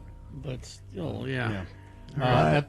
At the request of attorneys representing both parties, a case filed in May accusing BYU quarterback Jake Retzlaff of sexual assault and batter has ended. So there is no civil suit anymore. BYU quarterback Retzlaff, he's of course said, I won't play. I'm not going to be playing at BYU. I'm going somewhere else. Because BYU said, I guess they said they would keep him, but he'd have to sit out for 7 games as punishment for violating the honor code by having sex outside of marriage. So I guess what happened, they don't say why they withdrew it, but I would figure that there wasn't enough evidence, and the plaintiff in the case, the woman involved, probably said, I can't. I wouldn't assume why this I can't happened. prove. Or it could be that maybe somebody paid somebody. I wouldn't assume any of that. Could be. Let's see. The Republicans have gotten the green light for defunding Planned Parenthood. The Senate parliamentarian ruled on Monday evening that the Republican-led proposal to block Planned Parenthood from receiving federal Medicaid funds complies with strict reconciliation rules and can be included in the tax mega bill. So that's another thing that's in this bill, defunding Planned Parenthood. Yeah. They're just going. Oh, this is they finally got the reins, and they're gonna do all the things that they've been threatening to do. I think I'd like to live in Finland, except it's too close to the Soviet Union. It is a little uncomfortably It's not the Soviet close. Union anymore. It's Russia. I don't know. Maybe Bagley's got it figured out. Portugal. One of the 15 victims in the firebombing on the attack on pro-Israel demonstrators in Boulder, Colorado, earlier this month has died. 82-year-old Karen Diamond died as a result of the severe injuries she suffered in that firebombing attack.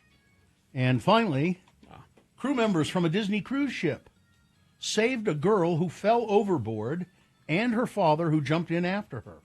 The Disney Dream Rescue Team pulled the girl and her father into I think this was for a movie, pulled the girl and her father into a small boat on Sunday as the cruise ship was returning to Fort Lauderdale from the Bahamas. According to Disney and passengers who recorded the rescue on video, passengers were alerted that someone had fallen overboard. It was a young girl. Her father jumped in after her. Normally, both of those, the chances of them surviving are pretty rare, I would think. Oh, yeah. But the Disney crew.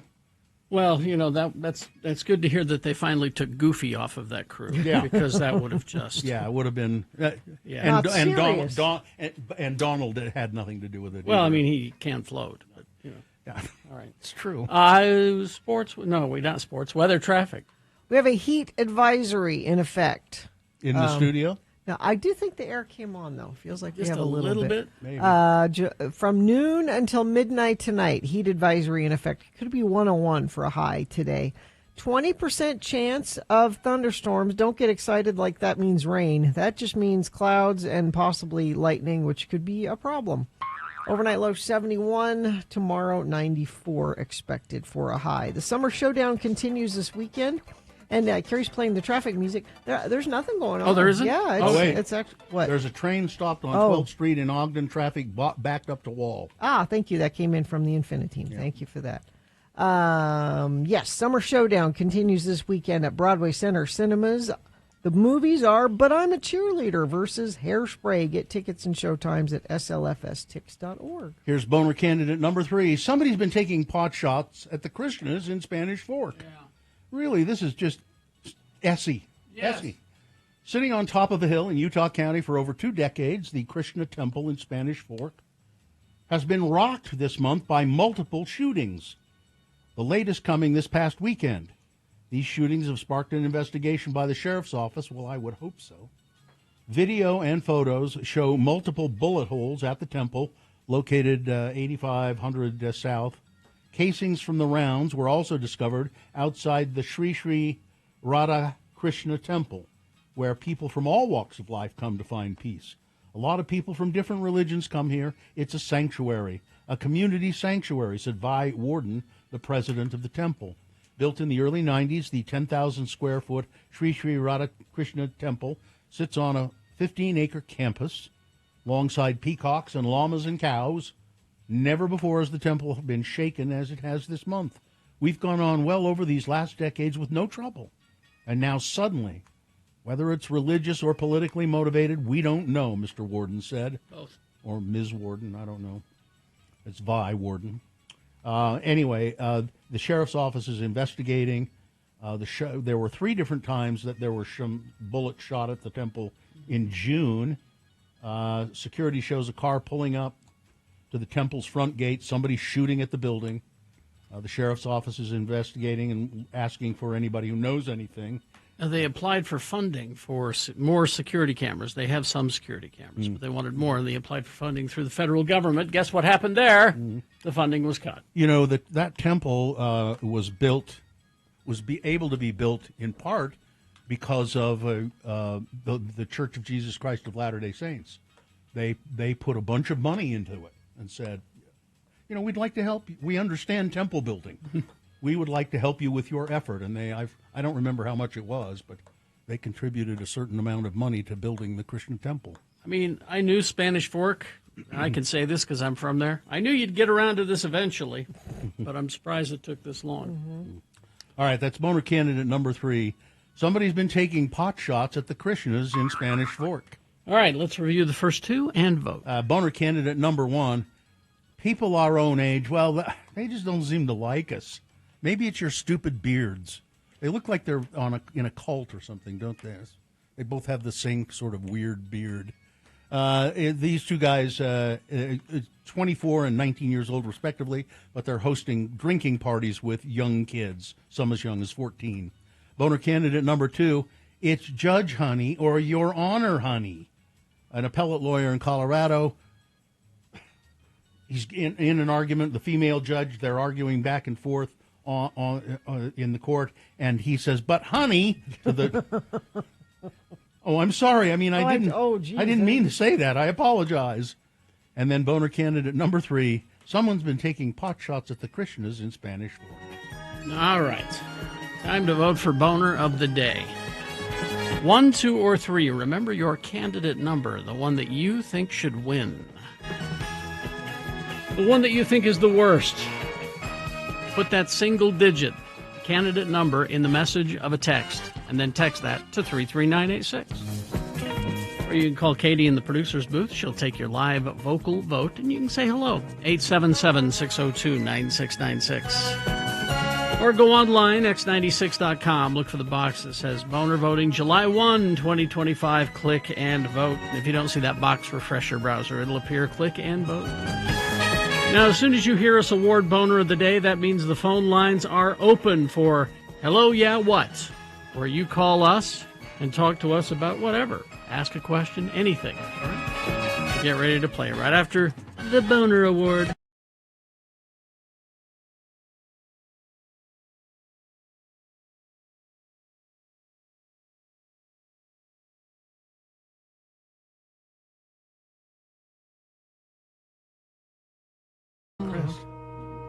Frank Christ is in the studio again. He is here to play the game called Frank Christ Presents. They're fine. They're just fine. Now, if you're just tuning in for the very first time, if you're just listening to this and you think, what's going on here? What's all this then? Frank is a spectral being. He's a grim reaper. He's a skeleton. Yes. He's You can't see most of your skeletal remains. Well, I'm wearing my robe. Your cowl. My work clothes. Yeah. Do you have a relaxing cowl? A home cowl and a... Oh, thanks to Pajamagram, I have all kinds of pajamas available. An out-on-the-town cowl? Oh, yeah. I haven't walked a red carpet in a while. How sharp is that scythe you bring with you? Oh, I have to sharpen it every day in the downtime. Oh, really? Frank is a Grim Reaper. He reaps souls. Specifically, he reaps the souls of celebrities and well-known people, which is terrible for him because... I love our precious celebrities. I know you do. I know. And he joins us to play this game. Frank Chris presents They're fine. They're just fine. And he's given me a list of 4 famous people. And on this list, 3 of them... They're fine. I checked on them on the way here. But one of them, Frank, has loaded up into the sidecar of his electric scooter and whisked away to the distribution center. And we normally will get a contestant on the phone to play this game, a contestant to pick who is the dead celebrity or well-known person, but the phones are screwed. So Nick's your buddy, Nick's your pal is here. Hi, Yeah. Nick. I could reboot the system again.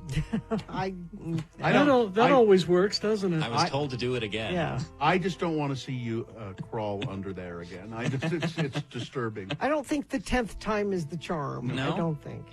So what we'll do is, Nick, you don't know what we're doing here. But, Nick will see if he can select the dead person, and then we'll tell you how it works there. Somebody will win what, Gina? Somebody will win tickets to see Sting with special guest his kid, Joe Sumner, September 23rd at USANA Amphitheater. Does that make him a Nepo baby? I keep yes. hearing about that. Yes. I think so. All right, Nick, are you ready to go? Yes. These are famous televangelists. You know, the guys who get up on TV and praise God.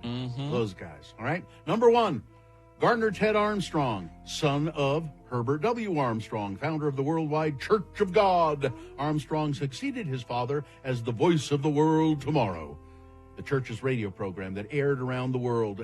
By the way, he and his father had a big falling out at one point and never worked together again. Number 2, Jimmy Lee Swaggart. Oh, my Lord. I have sinned against you. Pentecostal televangelist, gospel music recording artist, pianist, and Christian author, and really a supremely talented person in many respects. His show is transmitted to 3,000 stations and cable systems each week during its peak. His crusades enabled him to travel throughout the United States and all over the world. He plays the piano, and he also sings in a baritone voice, and he is the cousin of Jerry Lee Lewis. Number 2, Jimmy Lee Swaggart.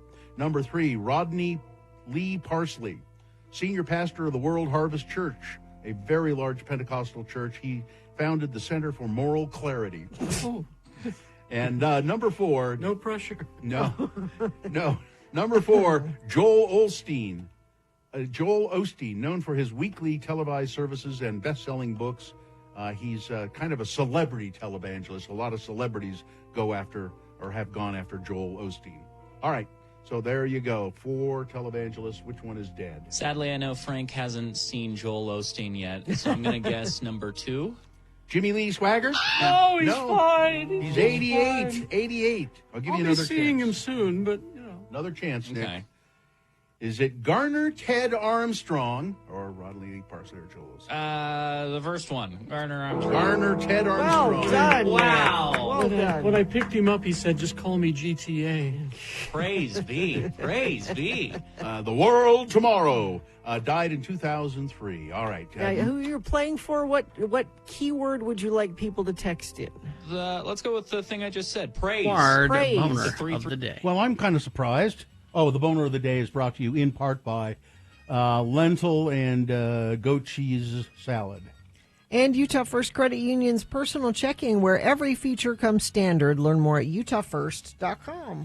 Goat cheese comes from goats, you know. Let's see. So I'm surprised in that the one that came in third was It's Judge Honey or Your Honor Honey. That came in third.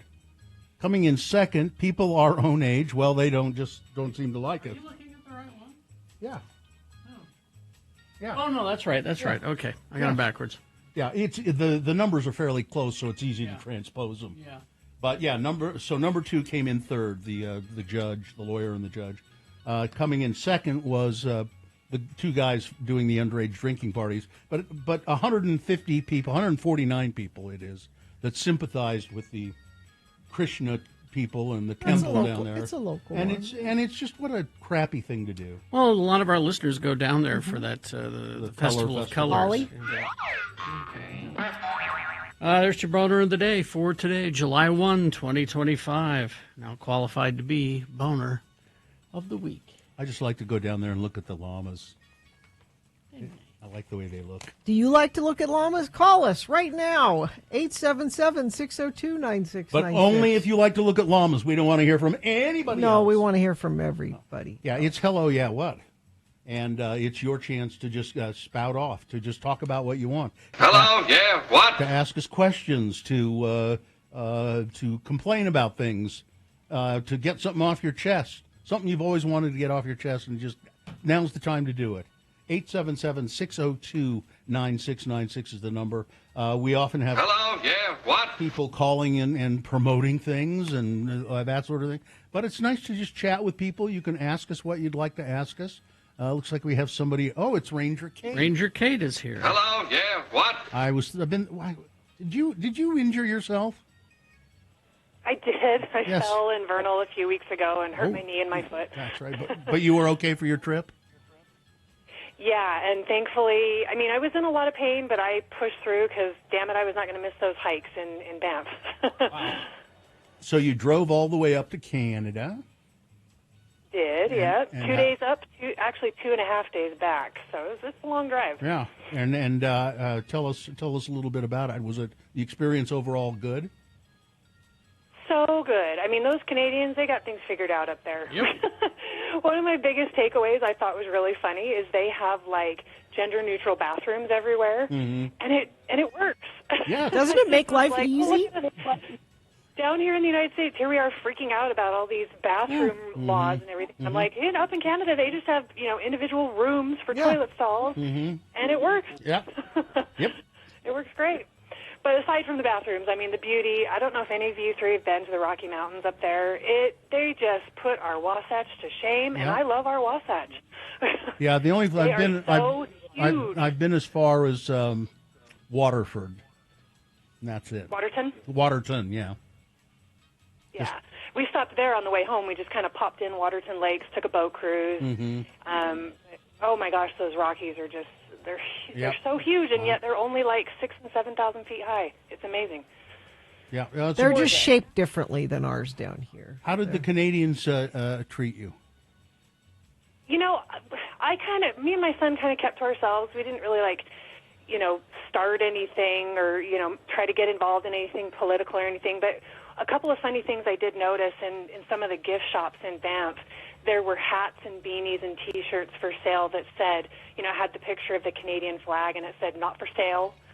And people were pointing and laughing at that. And then on Friday, when we actually started the drive home, we were just south of Calgary, and we woke up and we were in the hotel lobby, and on the news, all over CBC headline news was Trump ceases all trade talks with Canada because of the digital tax implementation. And I was like, oh, Lord. I put my head down and pretend that I'm not the only American in the room.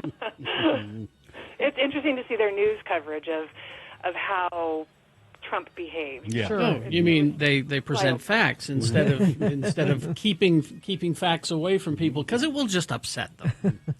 Well, I'm glad you had a good time. A lot of eye rolling on their news.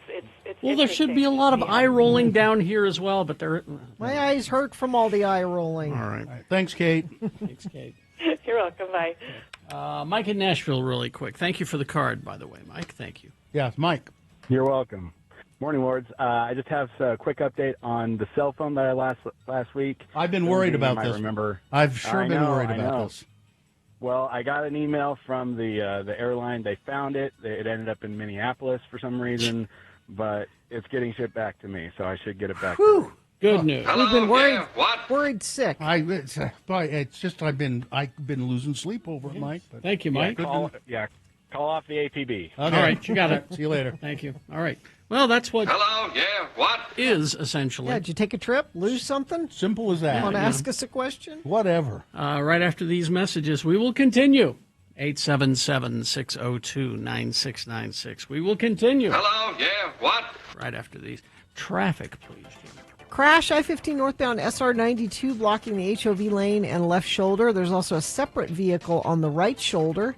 That seems to be the only issue right now. If you have an issue, whatever it is, you can share it with us. 33986. Catch X and Los Lobos at Red Butte July 30th, part of the Red Butte Outdoor Concert Series. Go to x96.com for ticket links and the full concert lineup. All right, thank you very much. We will continue. Hello, yeah, what? After these messages, so get ready to participate. 877-602-9696. RenaissanceRanch.com. You know, I've told you about Renaissance Ranch, been talking about it for quite some time. It's a local, family-owned addiction treatment center. So if you or someone you know is struggling with addiction to drugs or alcohol, there's no finer place you can go. Now, Renaissance Ranch includes a family program with education and support classes for family members of people who are dealing with addiction.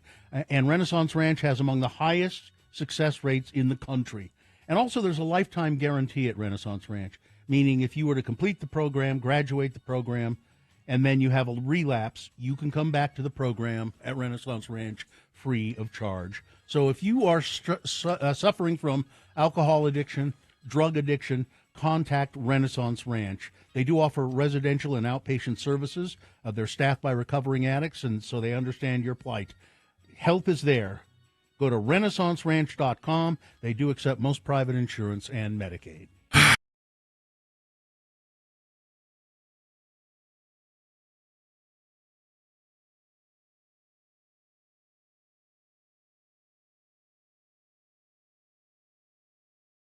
The show, I had a couple of emails, and one of them was talking about how the writer was saying how much he likes our show, and part of the reason he likes it is that we don't do fake radio voices. Oh. It's just our normal voices. So this is a and just sort of a. I answered the email, and he just sent back another little tag to that. Is it of interest? Is it what he wants to Oh, I guess. Email of interest. He said, I also enjoy the humor of Edward K. Brass, sports announcer and judicial hobbyist. Judicial hobbyist. Yes. Yes. Ed will be thrilled to hear this. And then I got this email.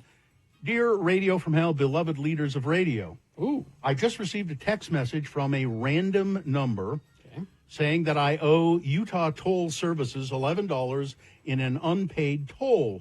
And if I didn't pay it soon, I would be charged $50 in late fees. Don't do it. Also in the text message, it had a link to a .com website. Don't worry, I didn't click the link.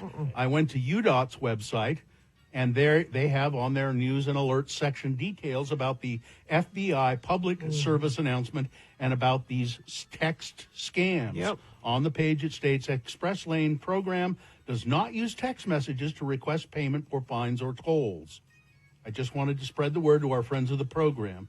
For more details, you can see the UDOT website. Just go to udot.utah.gov and look up Express Lanes and Alerts. There you go. And if you get one of those emails, do not click on it. You don't. They're just trying to get money and get information, your access to your information. You had an email? I have a quick email. Okay. Hello, Gina. My name is Joe. I've listened to the show since the 90s in KJQ. The reason for this email is to let everyone know that despite having disabilities, you're able to do anything you can work toward. My wife is on supplemental oxygen and fighting lupus, and she still continues to run 5K, 10K, and half marathons. She's been nominated to be on the cover of Ms. Health and Fitness. Wow. Also comes with a prize that would allow her the funds to get her better oxygen equipment. I was hoping you could spread the word. She's currently in 12th place, and I would love to see her win. So if you'd like to vote for Ms. Tori Sutton for Ms. Health and Fitness, just go to mshealthandfit.com, and you can vote for a friend of the program, Tori. Well, there we go. That's very nice to do. There were certainly a couple of emails of interest.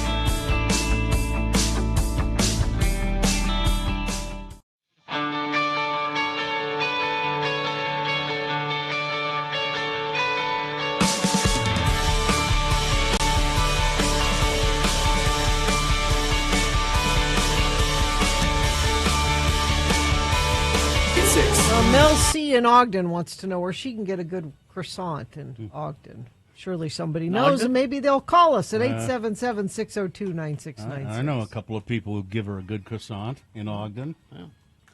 Let's see. Okay, yeah, well, let's continue this feature that we invented. It's innovative as hell. Hello, yeah, what? 877-602-9696. You just call up and talk to us. Yeah, do it. It's easy. Pretty easy. Hello, yeah, what? Whatever you want to say. All right, let's go to, looks like James. Hello, James. James is here. Hello, yeah, what? Good morning. Hi. Go ahead. What's up? So I just wanted to let you guys know that it's really nice to have the three of you back together. Carrie, missed you while you were out of town. Hope you had a great vacation. It's all right. But, you know, what you lend to the program is just so kind of essential to my day. I really missed you while you were gone. Thank you for the sound bites. Thank you for everything you do for me. It's just for you, James. He does it for you. There you go. Thank you. That's very nice of That's you. very nice. Thanks, James. We like it better when we're all together, too. You like me, too, don't you, James? I love each one of you. Okay. Absolutely. Okay. Oh, I can't miss your news. And Gina, I can't miss your compassion. So when all three of you come together, you're just like a perfect. Like a person. We make a whole person. Yeah, it takes 3 Radio from Hell members to make a whole person. Yeah, because I think compassion's way overrated. James, quickly. Yeah. Hello, goodbye. All right, thank you. Goodbye. Thanks, James. Bye-bye. See ya. 877-602-9696. All right, let's go to Hello, yeah, what? Nick. Hello, Nick. Hi, Nick. Hi, how are you guys doing? We're doing fine, Nick. What do you have for us? I kind of want to say the same thing James was saying. Go ahead, then. It's really nice to have the three of you back. You know, it is nice every now and then to have Katie or Todd or Nick come in to sub for one of you guys, but it feels like there's just been one of you gone for quite a while this time, so it's good that you're all doing well and all back together, because it's been it does move a little smoother, doesn't it? And it's just, I don't know, there's some chemistry you three have that it seems like nobody else can quite replicate. Although it is kind of fun to hear a guest come in to when you hit the sub, but yeah, it's just good to have you three back, and I appreciate your guys' show, and it's always nice to hear the Lords in the morning. Thanks, Thanks, Nick. And you are a smart person, I can tell. Thank you. You guys are too. Have a good one. Thanks. All right, 877-602-9696. Hello, yeah, what? We'll only continue if you call in. Let's go to, is it Rage? It says Rage. Hello, yeah, what? Can that possibly be correct? Yeah, I called a couple months ago, and then I tried to record the call. Mm-hmm. Or I didn't try, I did. And I just wanted to say, I'm sorry I did that without asking. Oh, that's okay. That's all right. As long as you don't use it in court, we're fine. Yeah, no. And then I just want to also say I hope you have fun in Japan, Carrie. Thank you. Maybe you can try Thailand next. I'm gonna. Are you interested in Thailand? We've talked about it. Thailand. Sue wants to go to Spain. That's our next focus. Okay. Spain or Europe, one of those two. That's a nice little area. Yeah. Well, Rage, thanks for Rage. Thanks for calling. Thank you, guys. Have a good day. Thank you very much. Have a wonderful day. Something was on his conscience. I don't really. It's all right. I didn't really understand what it was. It's okay. The recording, I don't care. Hello, yeah, what? All right, see ya. Let's go to Chris. Hello, yeah, what? Hi, Chris. Hi. I was just wondering if you guys have any 4th of July traditions. Like my family goes camping every year. Where do you go to the same area or? Yeah, we go to Schofield. They have a little cabin out there. Yeah, I know. I used to have some friends that had a cabin in Schofield, and we'd go there in the summer and water ski and stuff like that. Carrie, what do you do? Every 4th of July weekend, at some point, we watch Jaws. That's a tradition. It's a tradition because Like about 58th anniversary right around this time. Yeah, because you say shark, you got to panic on yourself on the 4th of July. And 4th of July movie. Chris, I generally put cotton in my ears and drink a fifth of whiskey. So it's just like any other day. No, there's no cotton in my ears. Oh, that's right. Hello, yeah, what? And we go up to Huntsville for, and I'm saying this and saying, but don't all you go all up, because what's nice about it is it's a nice little small town celebration in Huntsville Park. A little parade, little fireworks. But And don't then- go. I don't. And then you go rabbit hunting, right? Yeah. Think they'll ever have you be the Grand Marshal of the I parade? don't know. They're looking for a Grand Marshal of the parade in Mona. In Mona? Yeah. Nobody's applied, apparently. Oh, come on. Nobody's wanted to be the... What about Benny in the Egg? Benny and the Egg. Captain Breakfast and Benny the Yeah. Egg. Maybe they could do it. Chris, have a good time at Schofield. The water's really cold there. Yes. Yes, it is. All right. Thanks. Have a great night. Thanks. See ya. Bye-bye. Let's go to, is it Monty? I think it's Monty. Hello, yeah, what? Monty the mailman? No. Other Monty. Monty the Spaceman. I've never actually called in. I've been listening for a long, long time. I love you guys. You're awesome. And I wanted to know what happened to the producer that was there for the last 20 years. I'm not sure what he's doing right now. I think he DJs a lot of dances. And he certainly wasn't here for 20 years. I was here a long time. Like since 1996, I think. Yeah, he was here a long time. May have felt like it. But he's Okay. he just moved on to other stuff. Yeah. Right on. And the last thing I want to say is, Gina, you ruin the show every day. I try. All right. I really try. Thanks, Monty. Thank you very much. All right, thanks. Yep, All right. see ya. Thanks for letting me listen. Thank You're you. welcome. Let's go to Teresa. Hi, Teresa. Hello, yeah, what? Good morning, Lords. Thanks for letting me listen. You're welcome. It's our pleasure, Teresa, believe me. Awesome. Thank you. Likewise. I just wanted to give a quick shout out to a show that's coming up July 13th at the Metro Music Hall. Okay. Some great local bands, a band coming out of Idaho called Silent Theory, and one of the local bands playing, it's a metal show, and is Death Persona, and I know them personally, and they have really exploded in the last year and put out an album, working on the second. Doors open at 6 o'clock, Sunday, July 13th, and come down and see Death Persona. Okay. All right. Thank you. Thank you very Yeah, much. you're very welcome. Have a wonderful day. We'll try. Okay, good. All right. Thank you. I'm trying my hardest for Hello, like this yeah, minute. what? 877-602-9696. It doesn't look like there are any calls coming in, so we do have some texts, but I can't make that out. You can't make that out? Good morning. Gus decided to... No, that's That's Dawson. That's Dawson. Gus decided to hug me at the top of the stairs, and now we're aching at the bottom. Yeah. Oh, his Dawson- big heavy dog big heavy jumped dog. on him. I'm thinking. Dawson fell down the stairs. Yep. That's Dawson. Yep. Yeah. All right. No good croissants in Ogden, but Topper's Bakery's back open. Somebody is. says. Yeah. And don't get a croissant. Get a Queen Amman. I don't think Topper makes them. You know who makes great Queen Amman? Fillings and emulsions, or as I like to call them, feelings and emotions. I'm a purist. I'm a originalist. I'm a Romina over at Shea Nibs. If you had the, I've had those. If you have fillings and emulsions, you'll be. Come on, that Harmon's one was pretty good. The Harmon's one was pretty good. Thank you for In that. the clutch, Terry. you know. All right, let's go to Hannah. Hannah, you're our last call for our innovative radio feature. Hello, yeah, what? What is up? Hello. What's up, Hannah? Just wanted to thank you guys for making waking up in the morning easier, and that I don't want to murder someone every morning. But we want to murder people, so Well, how does that work? Well, I don't. 'cause wanna I get up mur- at 3. I don't want to murder anyone. No? No. Come Stop. on, there's Gina, somebody- speak for, don't say we when you say things There's like that. if you got a freebie No. murder, No. if y'all got a freebie murder, Absolutely I not. bet we could think of somebody. Absolutely not. I agree with Gina. I think you guys could think of someone. I would ne- think there's one person. I would never murder anyone. I might hire someone to murder them, but I wouldn't do it myself. Well, that's just leaving a paper trail, and you don't want to do that. Exactly. exactly. Yeah. No, and I don't paper trails. And I don't want to murder. I just want to be able to snap my fingers and say, okay, that person's gone. That's I don't. Stamped. Yeah. I don't want that power. No? No. God, no.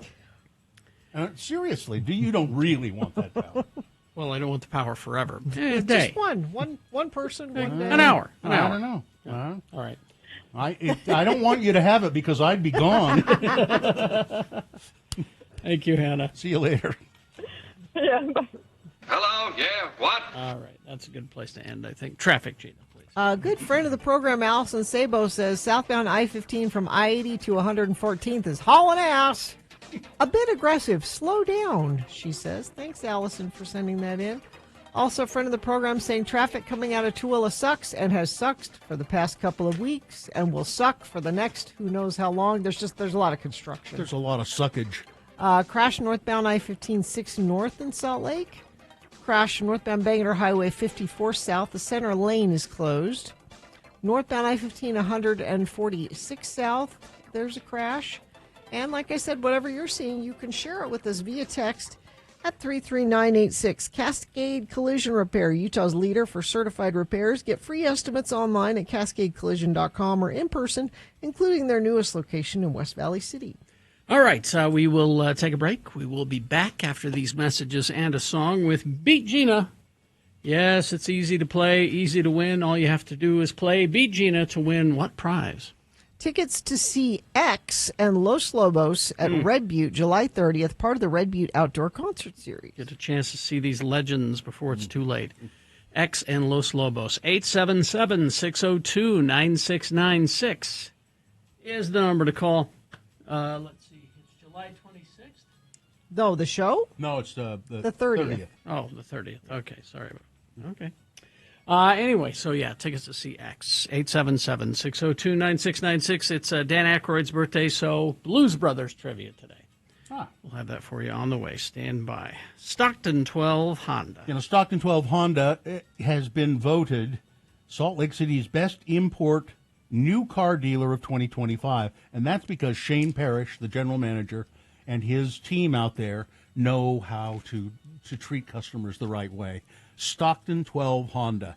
Now, they're having 4th of July celebration at Stockton 12 Honda and a lot of savings on new cars. The best prices ever on all the vehicles, new and used, at Stockton 12 Honda. And this 4th of July weekend, I'm assuming this means Friday and Saturday, you celebrate the savings at Stockton 12 Honda with free barbecue. You can shoot some hoops for a chance to win prizes. And, I mean, don't miss it. Go have a free hamburger or hot dog or whatever and save big at Stockton 12 Honda this 4th of July weekend. Stockton 12 Honda, your neighborhood Honda dealer for over 25 years. They're in the Southtown Auto Mall in Sandy. You take the 106 South exit off of I-15. You turn right or south into the Southtown Auto Mall. So yesterday was Leap Day. Yes. And it was my in-laws' wedding anniversary. That's right. And my father-in-law passed away 15 years ago, but I thought it would be nice to take my mother-in-law out to dinner. Karen. Yeah. Taher was my father-in-law, Karen, my mother-in-law. And we went to Log Haven, which is a beautiful Oh, yeah. home. Man, I haven't been there in a long time. Good You food, should too. go, Bill, because I walked in the door and the host said, friend of the program, love the show. Bill's my cousin. What? Huh? He's a wheelwright. Oh. He's like, I'm Yeah, we're- Bill's mom and my mom are cousins or There something. you go. We're related somehow, that's yes, for sure. so he would like you to come by and Okay. say hello. What's his name? I want to say it's Guy Wheelwright. Does that sound right? I know a lot of guys that are named Wheelwright. Yeah. Good food up there, though. Yeah, just a beautiful setting. Yeah. And so I asked my mother-in-law, I said, tell me the story of your proposal. And why did you decide intentionally to get married on Leap Day? Well, yeah, and I wanted to know that too. And so my mother-in-law is the daughter of a dairy farmer in Missouri, which could not be any different from my father-in-law, who was 18 years older than her and an immigrant from Egypt. How did all of this happen? Sex. Stop. Well, I mean, really. What? What? You want to think about your in-laws having sex? No, Only a couple of them. Now that I'm trying to do it, no.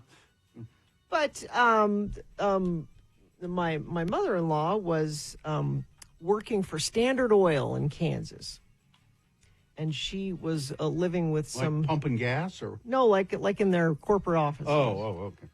And she lived with some friends who were going to school at the University of Kansas, and they were.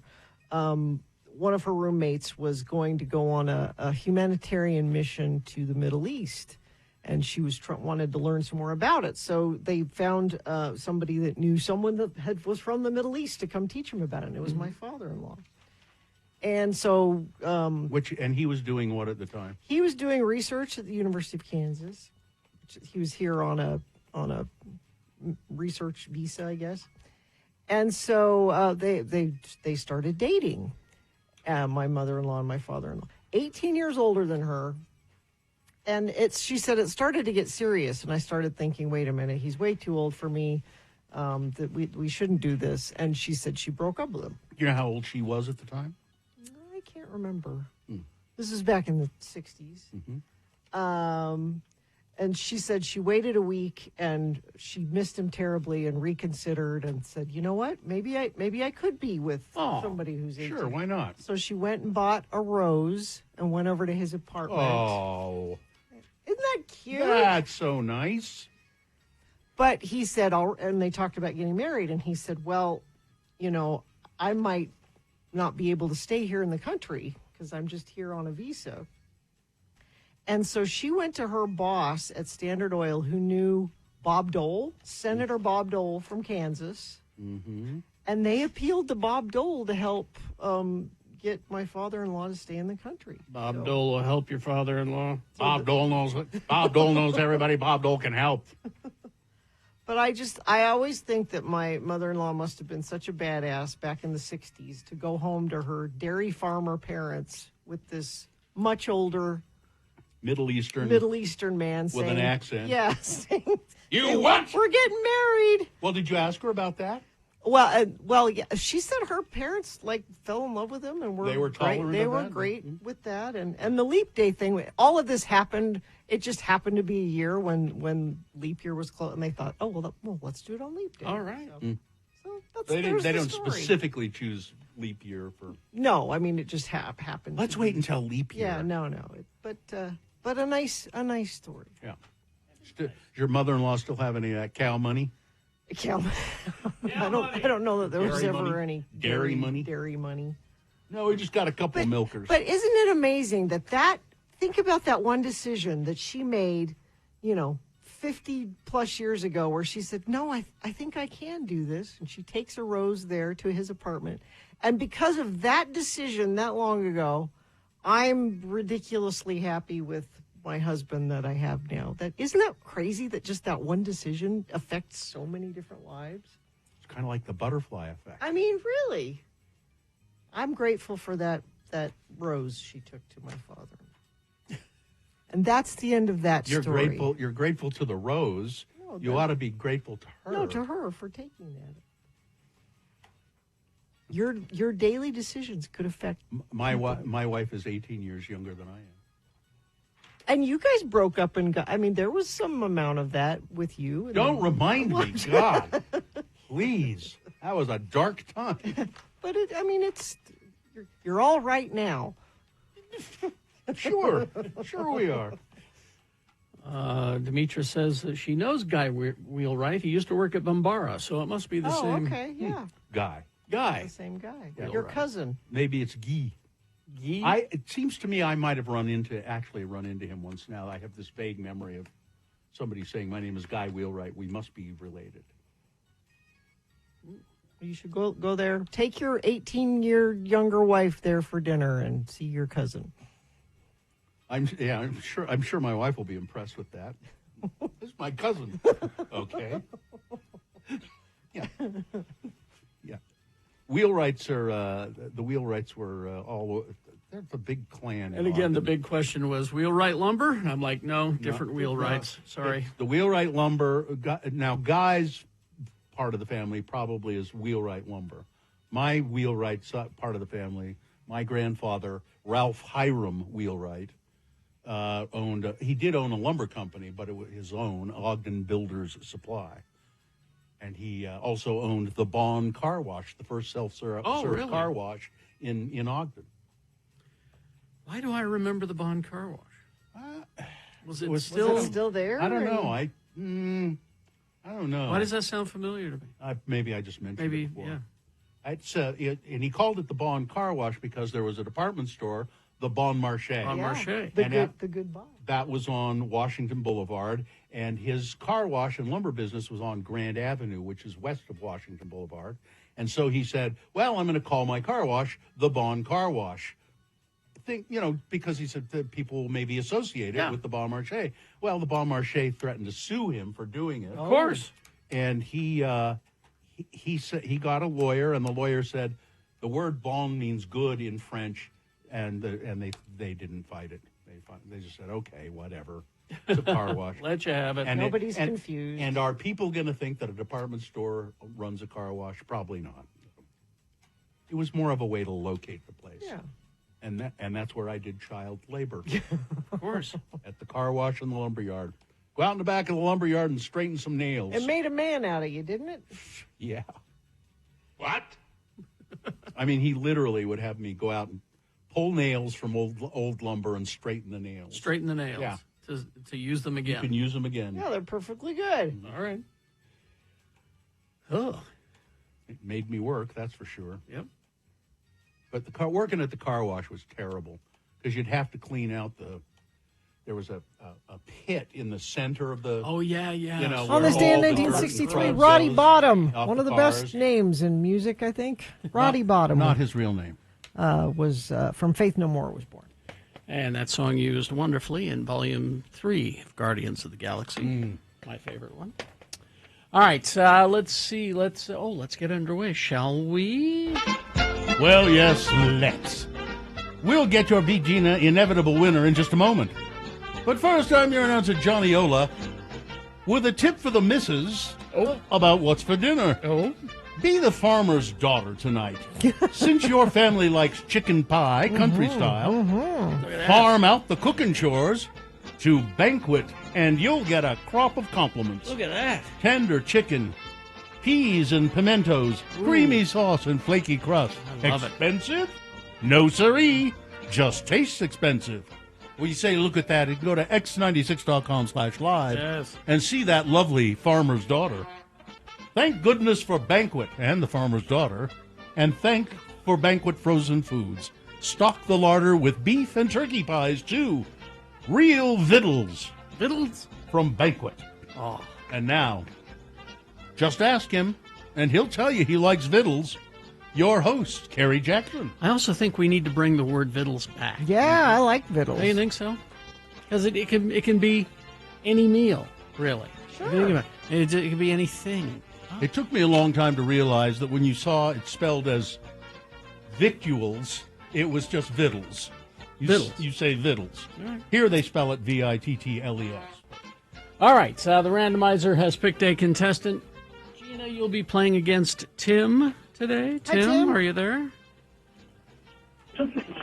Yes, I am. All right, Tim. Let me get that music out of your ear. All right, we're going to toss a coin to see who goes first. It will give you the advantage in the game if you call it correctly, heads or tails.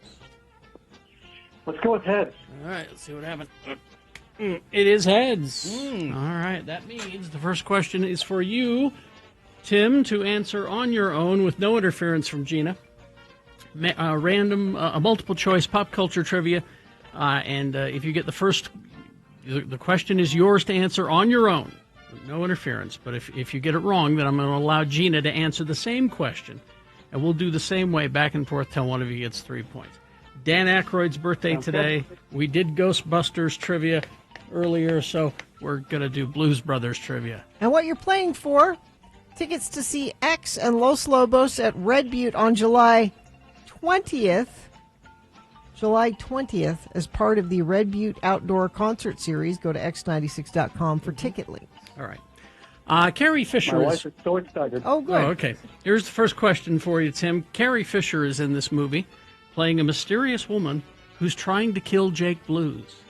At one point, we see where she works. It's a beauty salon. What is the name of the beauty salon where this character works? Is it 1, The Curl Up and Die, 2, Blown Away, 3, The Hairy Godmother, or 4, Combing Attractions? Yes. I'm going to go with number 2. Blown Away? Well, I put that in there to trick. It must be the Curl Up and Die. The Curl Up and Die Salon, yes. All right, that's a point for Gina. I hope your wife isn't too excited. Yeah. And Gina controls the question.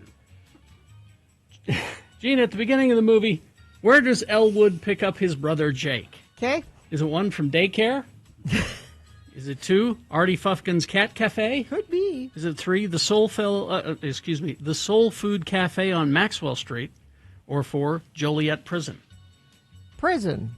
Prison is correct. Yeah. 2 for Gina.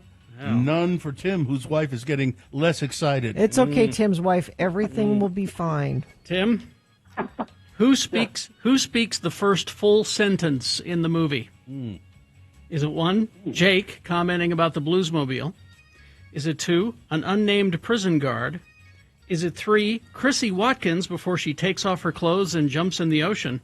Or 4, C-3PO? Unnamed prison guard. Unnamed prison guard is correct, yes. All right. You're still in it, Tim, but Gina could win with this question. All right, let's see. You're throwing Jaws trivia in there. I did. saw it Didn't I? Yeah. there. All right, Gina? Yes. Let's see. There's a point in the movie where the Blues Brothers are pulled over by cops. Okay.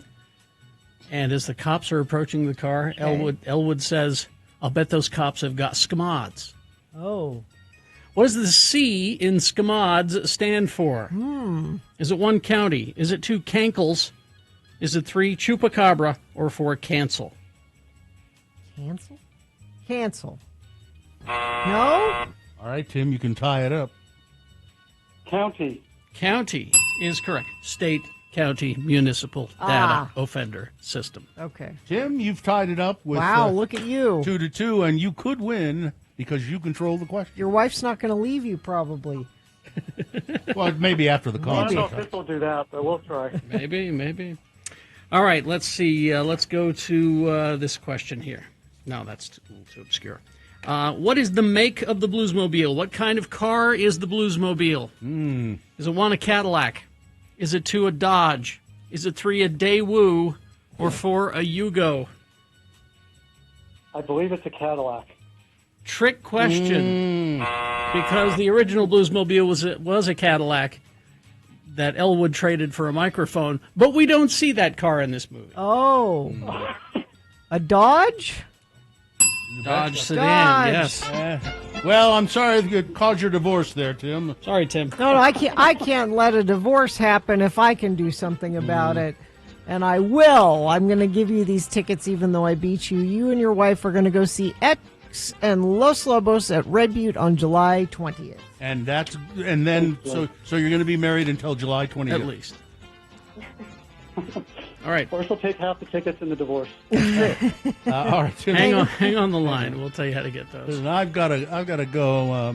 Mrs. Zola and the farmer's daughter have gotten together, and they say they have a treat for me. Well, pot pie, I think. I think that's exactly what you That got. must be what it is. All right, big boy news now. Brought to you by... Experience the power of Laser Rush, a mind-blowing laser show set to the legendary music of Rush, created by the acclaimed Laser Maestro. This immersive spectacle lights up the dome with epic visuals and classic rock only at Clark Planetarium. Well, just so you know, Trump's, I hate saying it, one big beautiful bill, because everything has to be a game and has to be funny. And it's not funny.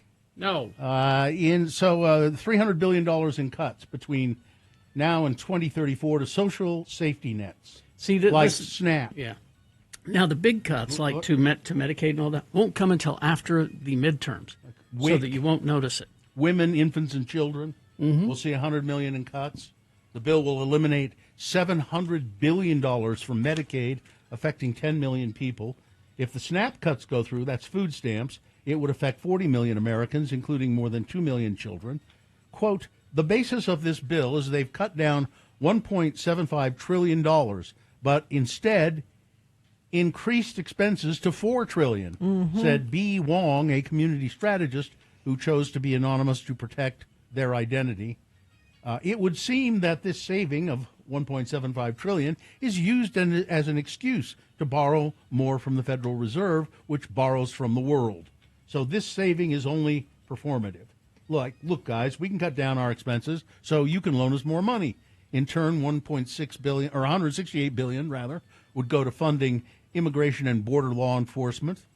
A pediatric registered dietitian, Danielle Zold, said that the proposed cuts in WIC would mean that children who receive $27 a month for fruits and vegetables would now only get $10. For SNAP, food stamps, these cuts would be the largest in history.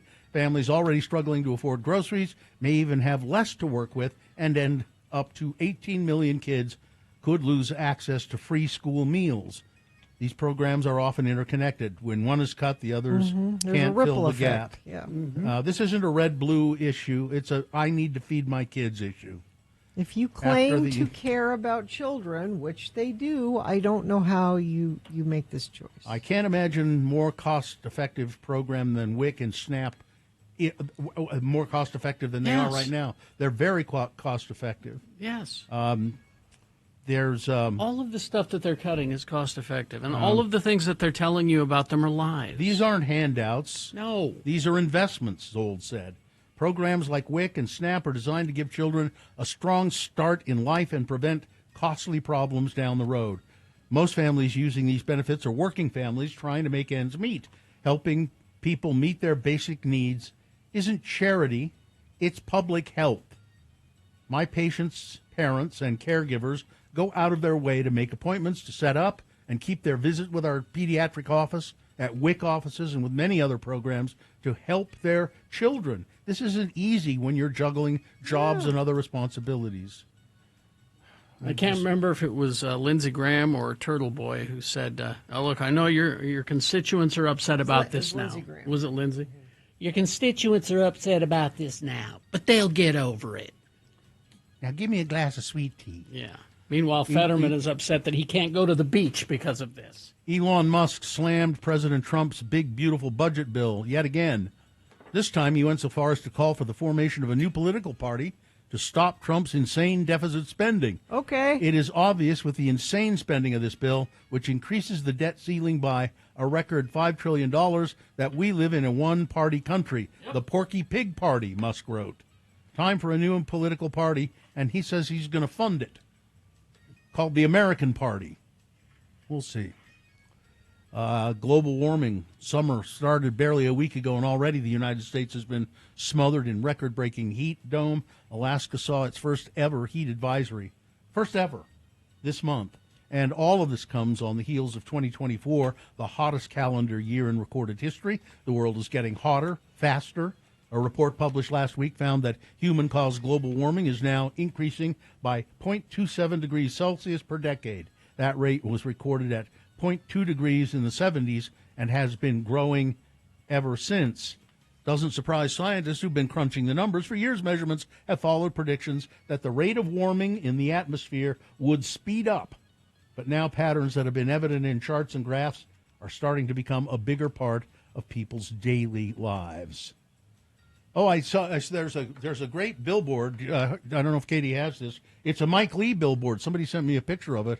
Oh. It's out on I-15, I believe, somewhere. Do you have that, Katie? Mike Lee has this billboard, somebody put it up, I suppose, to support Mike Lee. Mike Lee. I suppose. I don't know. There's a picture of Mike, and it says, "He divides, never unites. Shame on Mike Lee." I believe I know who that is. What is?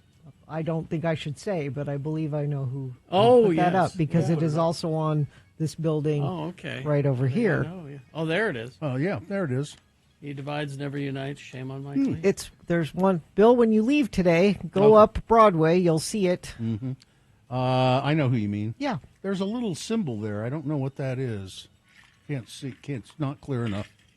Let's see. Yeah, I don't think the person who put it up is really trying to hide. Yeah, I know. Let's see. So there's a nice support for Mike Lee there. Mm-hmm. Joseph Smith Memorial Building is open. You can go you can go look at it. It's pretty. Used to be a hotel, you know. Yeah. And the Garden Restaurant is open for business. Oh, there. is it? Yeah, and the Roof Restaurant. The Roof will open later this year. The Roof. I've had a meal up there. We had a meal up there together. A meal? I think Moreland was the chef up there. That's true. Remember? That was a long time ago. Yeah. Yes. Sylvie's ex-husband. Let's see, the fastest growing cities in Utah. Utah's capital city and 4 others along the Wasatch Front accounted for more than a third of the state's growth last year, according to population estimates from the Kim C. Gardner Policy Institute. Salt Lake, Utah, Davis, and Weber counties added 36,730 new residents between 2023 and 2024, and I think fully half of them listen to us. The estimates... You're just hoping. Oh, no, it's 36,730. Probably 30 of them listen to us. Utah's capital city, that'd be Salt Lake, grew 215,273 between 2023 and 2024. So we're growing, and there's not enough places for people to live that are affordable. Affordable place. People who cover the Supreme Court say what the Supreme Court said it was doing in Friday's 6-3 decision in the Trump v. Case Incorporated, the birthright citizenship case. What the Supreme Court has done there, narrowed the power of federal district judges to issue nationwide injunctions in deference to presidential authority. The case effectively ends the ability of federal judges on lower courts to issue nationwide stays of executive actions that violate the Constitution, federal law or the rights of citizens.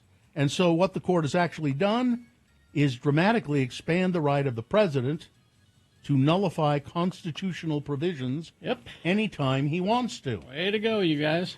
The ruling curtails nationwide injunctions against Trump's order ending birthright citizenship, meaning that while lawsuits against the order proceed, the court has unleashed a chaotic patchwork of rights enforceability. So they're neutering themselves, which I don't understand. No, they're not. They're also making themselves more powerful. Yeah. The Supreme Court is now more powerful because of that action. Sports, weather, traffic. You want to know the celebrities that are at Wimbledon watching, and they're all dressed up and cute? Sure, I'll tell you. Okay. David Beckham is there. Eddie Redmayne and his wife are there. We've got... Have they won any matches? Chris O'Dowd, yeah, they're all winners. Jessica Abla is there. Oh, she's single. Yeah. You've got Russell Crowe. Did they get divorced? Kate Blanchett. You've got Rebel Wilson is there. Ooh, good. This is exciting news. Isn't it? This is sports. Okay. Let's see. Major League Baseball yesterday. You had the Phillies over the Padres 4-0. I'm going to go to a Padres game. I'm going to go see Festus. Not this week. Not this weekend, but next weekend. And I'm going to a Padres game with him. Blue Jays 5-4 over the Yankees. Oakland, or not really Oakland, Athletics 6-4 over the Rays. Mariners 6-2 over the Royals. Pirates 7-0 over the Cardinals. Red Sox beat the Reds 13-6. Orioles beat the Rangers 10-6. And the Diamondbacks over the Giants 4-2. Weather. There is a heat advisory today from noon until midnight. 101 possible today. Thunderstorms also possible. Don't get excited like that means rain, though. It probably just means wind, clouds, and possibly lightning, which are all recipes for fire. So, yeah, make sure you set those fireworks off on your driveway in your neighborhood where you're not supposed to. Let's see. Traffic, we have a crash on the transition ramp, I-15 northbound to go eastbound I-80, the Spaghetti Bowl in South Salt Lake. Left lane and shoulder are blocked backing traffic toward 33rd South on I-15. Crash northbound I-15, 146 South in Bluffdale, blocking the HOV lane and left shoulder. And a crash I-15 northbound SR92, blocking the HOV lane and left shoulder. There's also a separate vehicle on the right shoulder. That's traffic. Haster Games for board games, Magic the Gathering, Pokemon, miniatures, dice paints, and more. Haster Games, 6831 South State, or hastergames.com. You know, I neglected to pray for rain, but I did pray for croissants. The donut critic is next. I have a funny bathroom story. Okay. A public bathroom story. Okay. And Bill will like this because I tend to attract weirdos in public bathrooms. There was the incident years ago at a truck stop in Panguitch. We won't get into that one. I'll tell you that after. But so I'm going to the Duran Duran show. This is Saturday night, right? So I'm at the Delta Center. There's like 20,000 people. It's sold out. Great show, by the way. But before Duran Duran goes on, I have to use the men's room. So I go and take care of my business. I'm at the sink washing my hands, okay? And I see in the mirror a dude kind of looking at me. And I'm like, oh, he probably knows that I'm Todd Newcomb because, kind of obvious. But I don't think he did. He's like, whoa, you got blue hair, man. It's like a blue Skittle. Yeah, blue Skittle. Yeah, blue Skittle hair. And he's obviously had a couple of beverages, And I'm just kind of like, yeah, okay, hey, great. And that was it. And I tell my wife that just happened, and then we go and we watch Duran Duran. So the next night, you're not going to believe this, the next night it's The Cure. Okay. So we go to the Delta Center again. Yeah. And we're seated on a completely mirror opposite side of the arena. Okay. Totally different seats. And before The Cure goes on, I go do my thing in the men's room, and I go in there, and I'm at the sink again, and I'm not even kidding you, the same dude, I look in the mirror, and it's the same guy.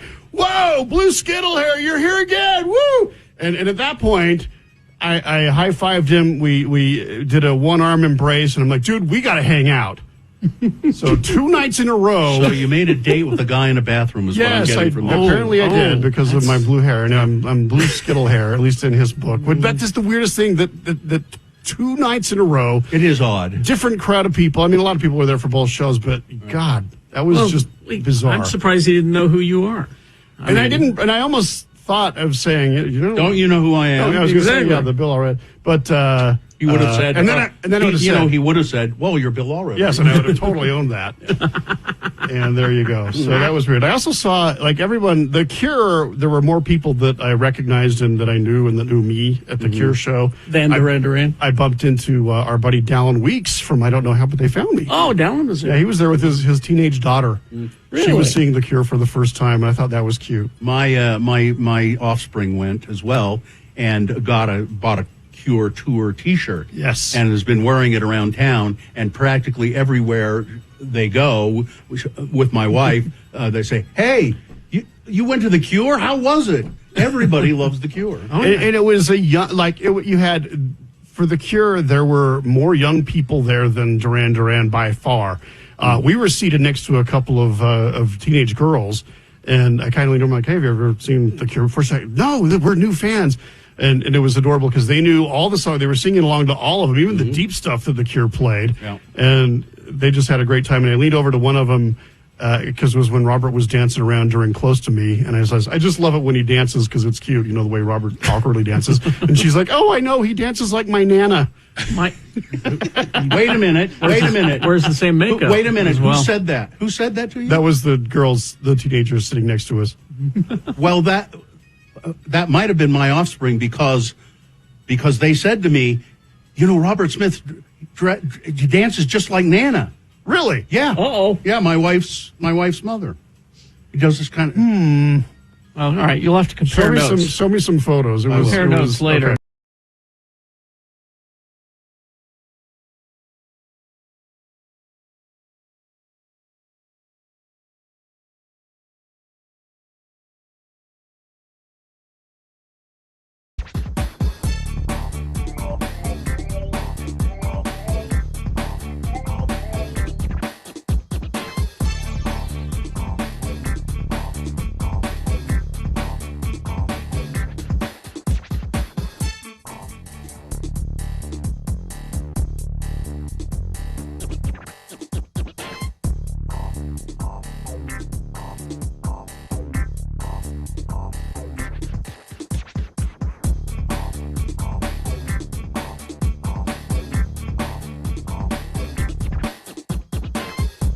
8.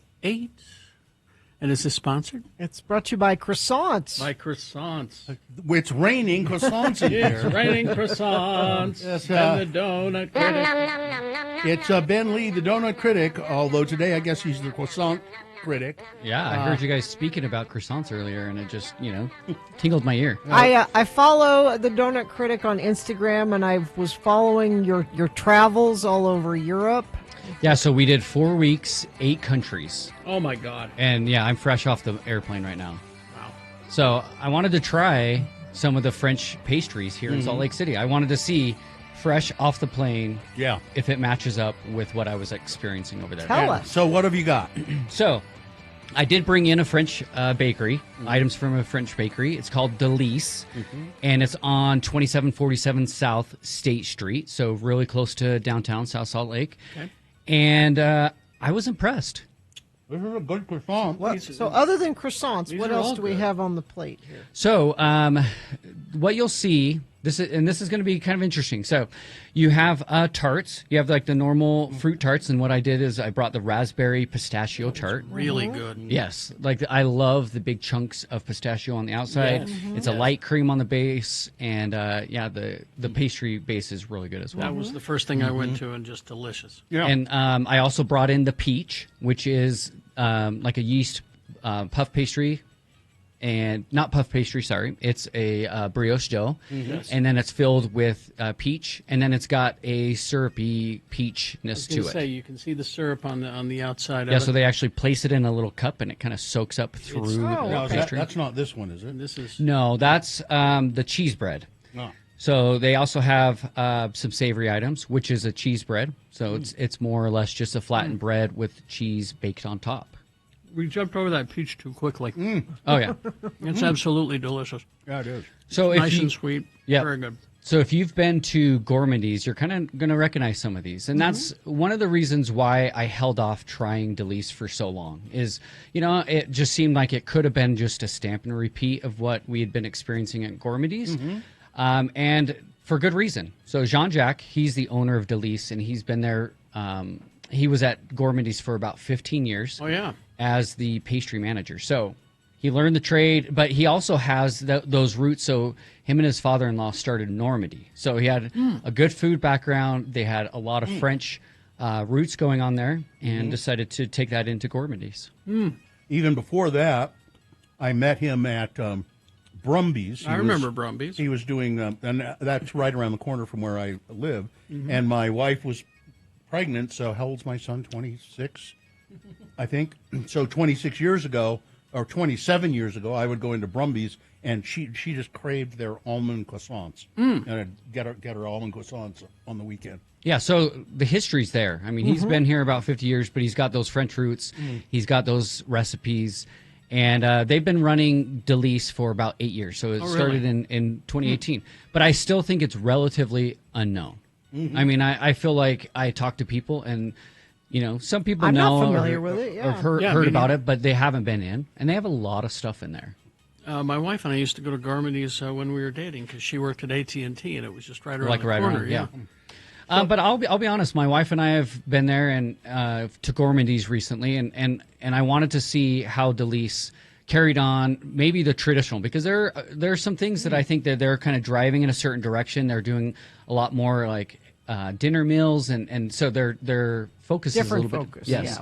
But I feel like when I walked into Delice, it was the Gourmandies that I experienced 10 years ago. Now, Susie says she goes to Delice for lunch. Yes. Do they do like what, sandwiches or something? Yeah, so they have breakfast all day. Oh. So you can get the paninis, the bagels, the toast, the French toast all day. And then they do have sandwiches. They have hot and cold deli sandwiches as well. See, now I got to go down and try. Well, yeah, some. that's the thing is I'm going to go back in just to see, especially with their baguettes and how they do their meats and cheeses. I mean, that was one of the things when I was over in Paris and some of those other countries. They just do that baguette and those meat and cheeses so well. And they can do it so simple, and it's delicious. And that's why I'm going to go back in. I remember the first time I had a sandwich in France, it was on a train, and they come down with these little carts, and it was a ham sandwich, and I expected, all kinds of stuff. No, it was on a little baguette, little butter, piece of ham, and that's it. Yeah.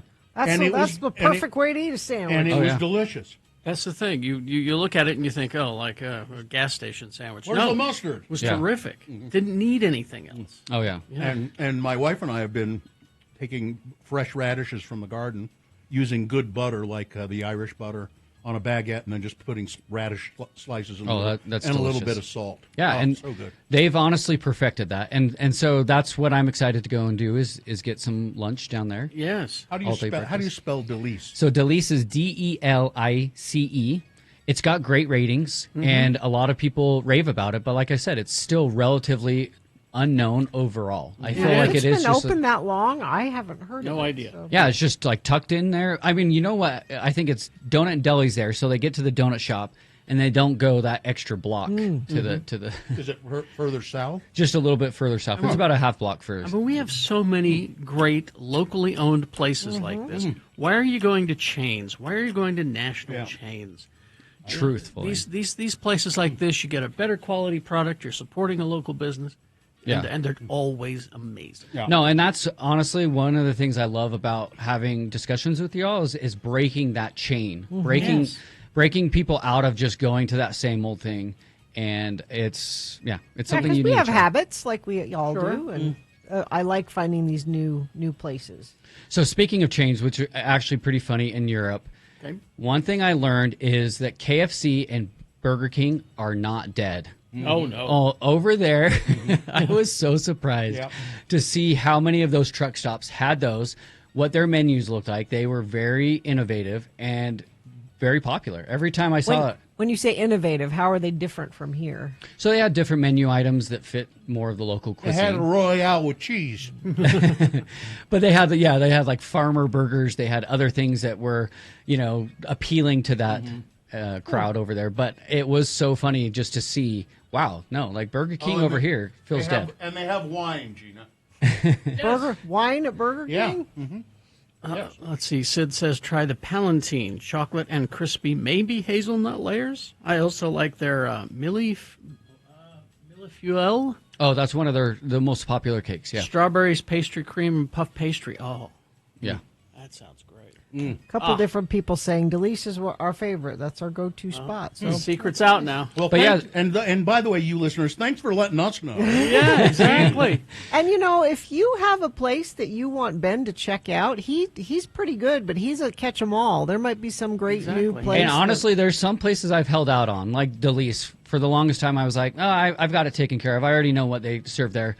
But going in today, I was like, oh, man, I've been missing out on this. Like, this is high quality, and this is stuff I want to If people want to let you know, give you a heads up on a place they think you should check out, how do they do that? Yeah, go to Donut Critic on Instagram. That's DONUTCRITIC.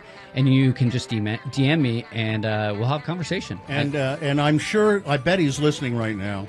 Jean-Jacques, it's nice to know you're still around. I didn't realize you were still around. It's nice to know that. Yeah, it was great to meet him. I'll be in. Thank you very much. All right, traffic, Gina, please. Eastbound 70 South is closed at Bangor Highway. Use an alternate route through there. Crash eastbound I-15 27th South, milepost 304. Crash northbound I-15 off-ramp, 6 North, milepost 309. That's kind of the same one there. Crash northbound Bangor Highway 54th South. Tired of paying too much for concerts? Experience great live music and enjoy adult beverages without paying stupid prices at the coolest venues in town. Don't miss Lyle Lovett and his large band Wednesday, July 9th at the Stateroom. Get tickets at thestateroompresents.com. All right, KXRK Provo, we will take a break, play a song, and after that song, it'll be time for the Boner Recap game. Easy to play, easy to win. All you got to do is tell us who won the Boner this morning.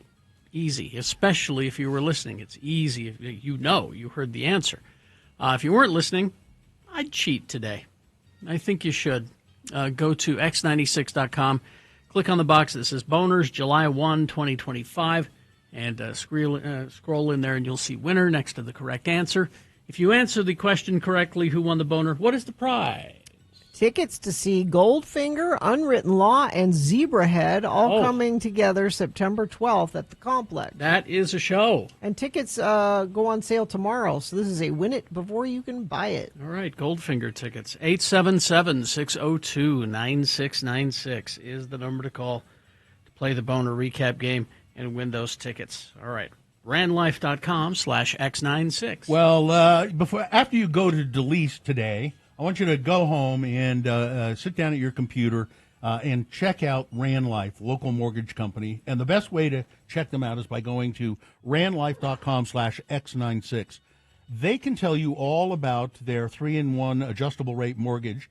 They can tell you about their 3.25% interest rate on that adjustable rate mortgage. That's 3.25% on 5.98 APR. That's right, 3.25%, and that'll get you started on home buying with Rand Life. They are a local mortgage company. They've had my mortgage. They have that mortgage rate will give you more power up front, whether you're a first-time buyer or making a move to a new home. The 3-in-1 adjustable rate mortgage gives you flexibility, and it gives you savings to get your dream home now. Don't wait. Go get your croissants first, and then go to randlife.com.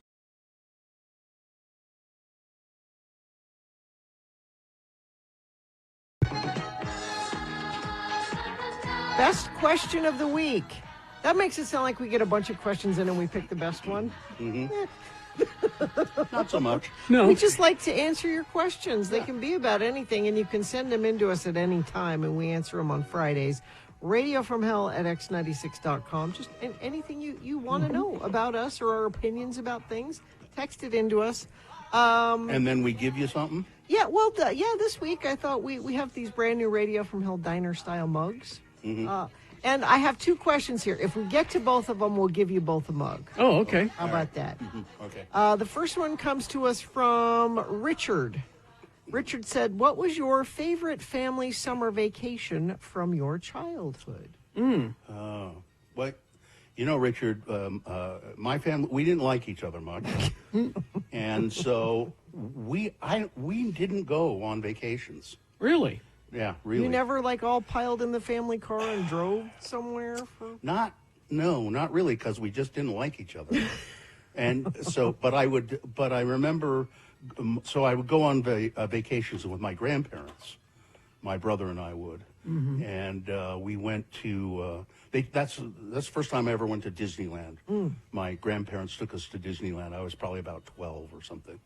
We drove all the way down, and I remember stopping. One thing I remember about the trip, and then I'll stop talking about it. We stopped on the way somewhere at a grocery store, and my grandfather went in and he bought some cantaloupes and a big thing of ice cream, and we sat in the car, and he cut open the cantaloupes, and we put ice cream, scooped it into the cantaloupes, and ate cantaloupe and ice cream. It was delicious. So my family, this started when I was a small child, and we continue it to this day, would rent a beach house in Central California. Oh. Same beach house. Nice. Years and years and years. And we would road trip there. We drive from here through Vegas. You stop in Vegas, and we'd stay at the Westward Ho Hotel. Did you get a cantaloupe with ice cream? We did not get a cantaloupe with ice cream. I don't think the Westward Ho is there anymore in Vegas.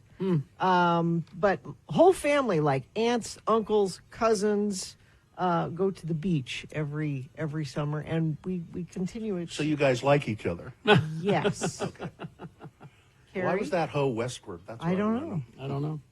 I have many of them, but one that keeps coming up was I was a little kid, and Jaws had just come out. Oh, yeah. And it gave me nightmares.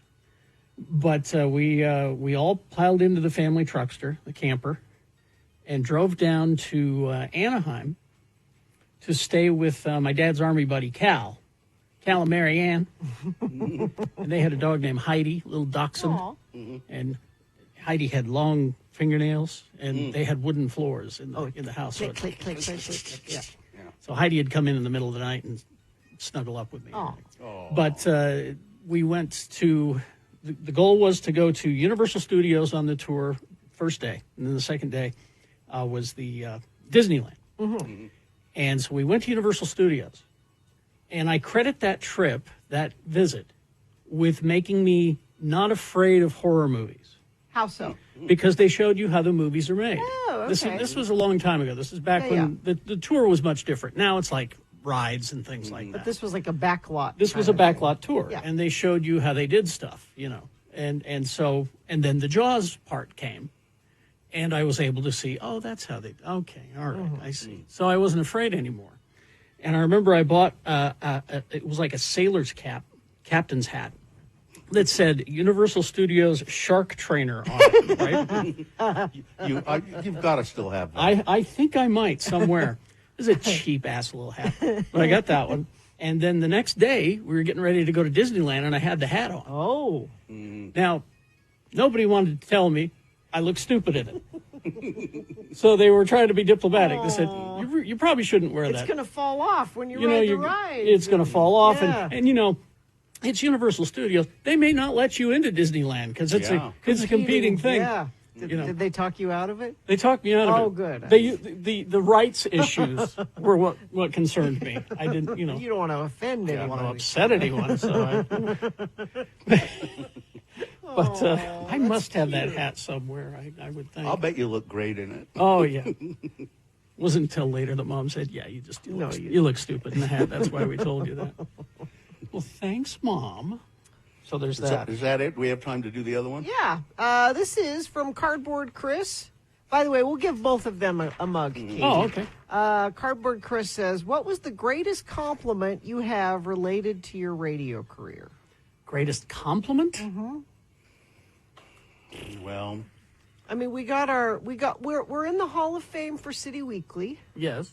Which I think is a great compliment, and that's a thank you to friends of the program who voted for us for years and years and years. And we got that Hall of Fame several years ago, and we've continued to be voted best radio show in that. That's a great compliment, I think. Yeah, I think when first time I did any news and the disc jockey that I was doing news for said, I understood almost every word of that. That was the compliment? Yeah. No, I mean, it's people come up and talk to us all the time. Sure. Yeah. And it's just that feeling of, you've been a part of our lives for so long, and I don't know what we would do without you. And and the compliment of along those lines, Bill, we hear a lot, someone will come up and say, I listened to you because my parents listened to you, and now my kids are in the car, and like 3 generations of families. We hear from people all the time that say that. Here's a big compliment. Mike in Nashville going to the trouble to find me in a crowd scene from 30 years ago or whatever it was in a movie called Nashville, doing that and sending it to us. Yeah. That's a compliment. I mean, there are dozens of those that happen every month. And, I mean, if I had to pick, well, first of all, I'm the last one out of all the people who have fallen to the wayside. We're the last ones to die. That's a compliment. Let's see. And I remember I was well pleased with myself when we went to London. Bill, I don't know if you remember this. And we went to the BBC. And we were there with the guy who was allegedly Princess Diana's favorite host. Yeah, forget his name. And we were in a production room and we were playing, and he was showing us things like, the BBC has dedicated microphones in the tower at Big Ben. These are live, and we have microphones all throughout the town. You can hear, this is all live stuff, and that's pretty wild. And then he said, well, let's see if you can try out to be on the BBC. And he said, why don't you front sell this record? Wow.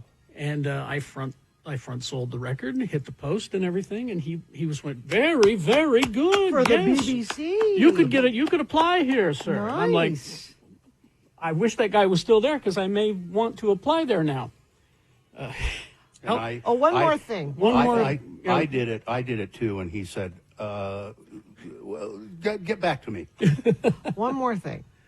When we have people like Tyler Glenn or Brandon Flowers come on the show and say, I grew up listening to you guys, and my taste in music and my outlook on life shaped by your radio station and your show as I was growing up, those are pretty good compliments. I got I have a lump in my throat. Best question of the week, send it to us. Radio from Hell at x96.com. We'll answer your question. You might get a prize. Sometimes we do.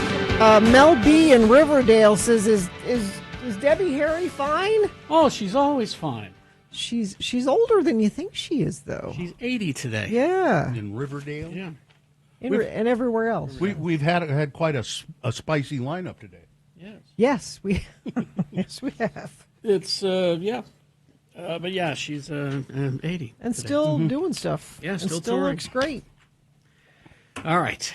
Well, let's dig in to the boner recap. Who dare? Let me see. Randomizer picking Nathan, it looks like. Nathan, hi. Nathan, are you there? Hey there. Oh, I sure am. It's good old reliable Nathan. Can always count on him. Nathan, there's a song about Nathan in Guys and Dolls. Good old reliable Nathan. His name is Nathan Detroit, though. Oh. Your last name isn't Detroit, probably, is it? No, unfortunately not. That's a cool name, though. Listen, Nathan, what we're going to do. What are you doing, by the way? I'm at work. I work at the University of Utah, so I'm just hanging out. Oh, what you have a job where you just hang out? That's Yes. nice. Yeah, Well, they pay me to listen to you guys. It's in weird. academia, Gina. You know. What kind of work do you do at the U? I get to take pictures of inside, so I'm an MR tech. Oh, I see. When you say inside, you Like really inside mean people. inside I really physically mean inside your body. Yeah. You maybe have looked inside mine at one point because I've had plenty of those. There wasn't much to look at. Hey!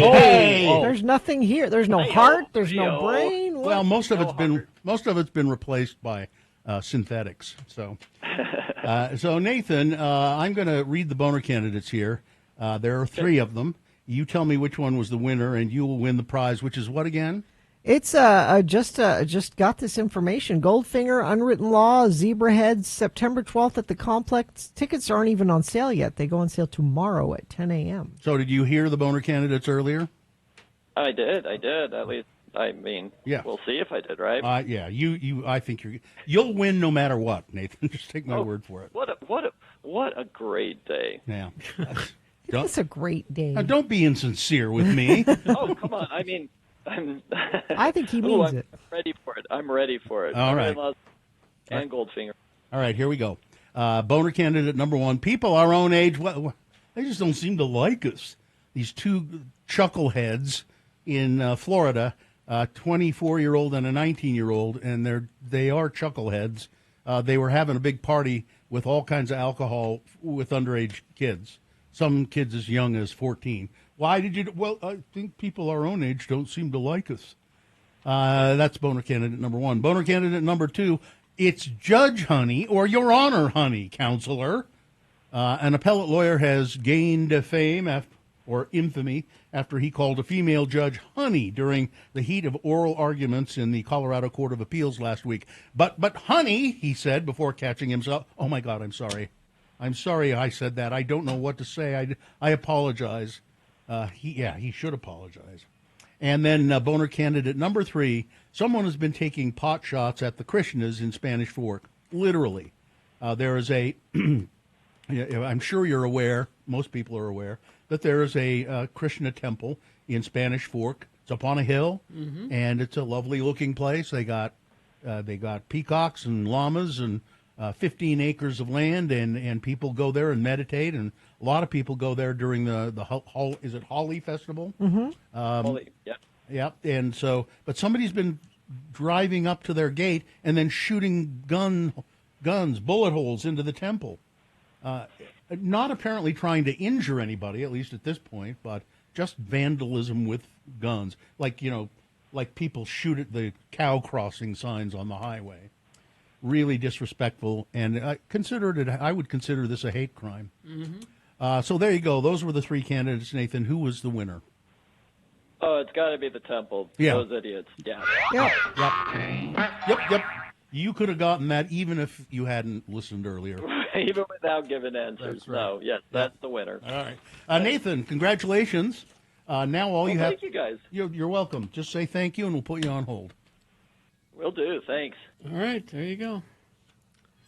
Nathan was a jolly fellow. He certainly was. Happy to be here. Yep. MRI. We've all had MRIs. Gets to take pictures of people's insides. They're pretty amazing what they can see.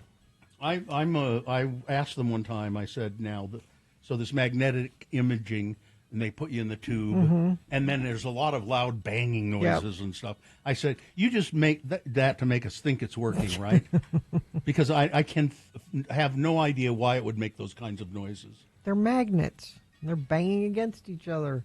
Well, why are they doing that? I don't know how it works. I laid in the thing, and then there were pictures of my insides. I don't know how it happened. Do you ever have so Nathan just takes the pictures? Mm-hmm. I assume he's not the one who reads it. Makes but they know. Oh yeah, sure. But they're not allowed to say. I know, and I try to ask them sometimes because they're not professional. Yeah. Should I be worried? What'd you see? The last time this was not an MRI, but it was a ultrasound on my leg to see if there was a blood clot there, and she did the whole thing, and they put that Vaseline, that goo the on gold the cold gel. Yeah, and then they can see inside your leg that way. Not as deep as an MRI, but they can see what they need to see. And so she went all the way through, and she finished, and I said, so, any blood clot? And she said, well, if there had been one, I would have been calling the doctor right now. She said, no, you're clear. Well, there we go. All right, so we'll take a break. We'll be back. Big Boy News after these messages. Stand by. Oh, look, Stockton 12 Honda.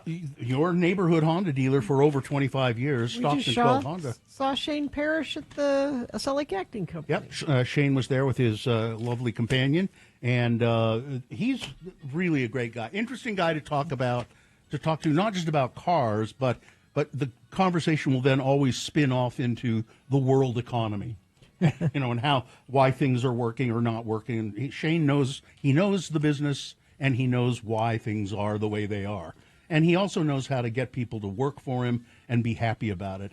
The people at Stockton 12 Honda all seem to be really solid and happy to be there. And many salespeople have been there for the whole 20, 25 years that Stockton 12 Honda's been in the Southtown Auto Mall. Don't miss their 4th of July celebration, free barbecue, and you can shoot hoops for your chance to win prizes. It's at Stockton 12 Honda. They're located in the Southtown Auto Mall in San.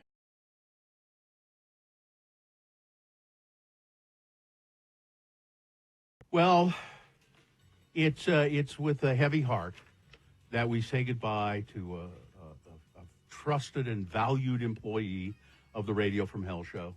Well, thank you. It's goodbye, but not forever. No, I wouldn't think so. Like maybe for a couple days. It's our intern Dawson, and Dawson has been. This is the second. Dawson re-upped. This is his second. I tried. His second tour of duty. He was an intern some years ago. And then he came back and has been an intern again for how many years now? Between both of it, like 2.5 years. Yeah. Enough experience to hopefully do something else one day. Well, I have some exit interview questions for you, Dawson. All right. Now, first of all, what do you think the most important thing you've learned working here? What's the most important thing, or what thing do you love about that you've worked here? What I really love is the editing. Honestly, as geeky as that sounds, I can read every one of your voices almost in the wavelengths. Really? That's kind of cool. Yeah, at this point, I can kind of read the audio. One of the most important things, I think, was to kind of forgive myself. I had a tough time with the first time I left. Why? What was different? Because you're a doofus, that's why. Yes, I was a doofus. I was a young 20-year-old whippersnapper, and wasn't making choices for myself. I thought I was, but I mean, you weren't horrible as an intern then. Well, thank you. But you were kind of a doofus. Yeah. That's a kind way to put it. But you've matured. I would like to think so. Yeah. Here's his second interview question. Did I ever ask you to get me a cup of coffee? And if I had asked you, would you have reported me to HR? Well, You did. I did? When I rode to the road home at the Chevy dealer. Oh, that's I did. Yep. I did. Yep. Yeah. And So no, did you report me to HR for it? No, Oh, no. Okay. Should you? Well, would you get me a cup of coffee? No, God. Well, then I might. No, you're an intern.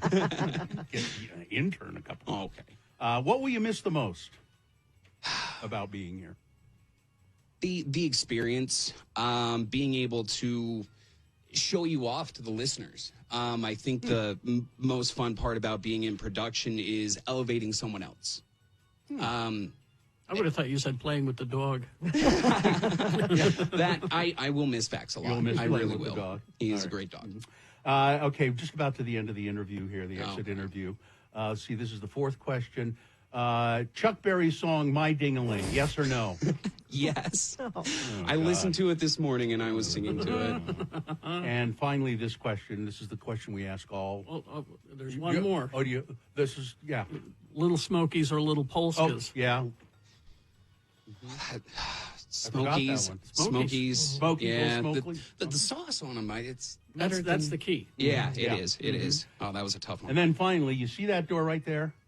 Don't let it hit you in the ass when you leave. That's my favorite part. All right. And while you're out there, get me a cup of coffee. Would you? No. Oh, good. Didn't that feel good to It tell did. him no? It did. All right. Thanks, Dawson. Thank you, Dawson. Thank you so you much. really were. You really have been a valued employee, but you'll be around as a sort of a utility player. Yeah. Picking up slack where it's needed. Yeah. There's lots of slack. We'll still see you around. As a matter of fact, will you pick up some slack out there? No. Okay. Oh, I like this. Good. My family will be proud of me. Very good. Standing up for yourself, Dawson. I know. Thank you. It all starts here. Now, when you're back next week, you can't say no. Oh, okay. That's right. That's right. Yeah. Okay. This is a freebies. You're becoming a utility player now. You're being called in when needed. You can't elevate others when you say no. That's true. All right. Thank you. Thank you all. Thanks, Dawson. Yeah. Okay. And he'll be stepping in to help out while I'm gone. Probably he'll step in fairly often, Yeah. I would think. Yeah. Because I've got more vacations planned. God knows.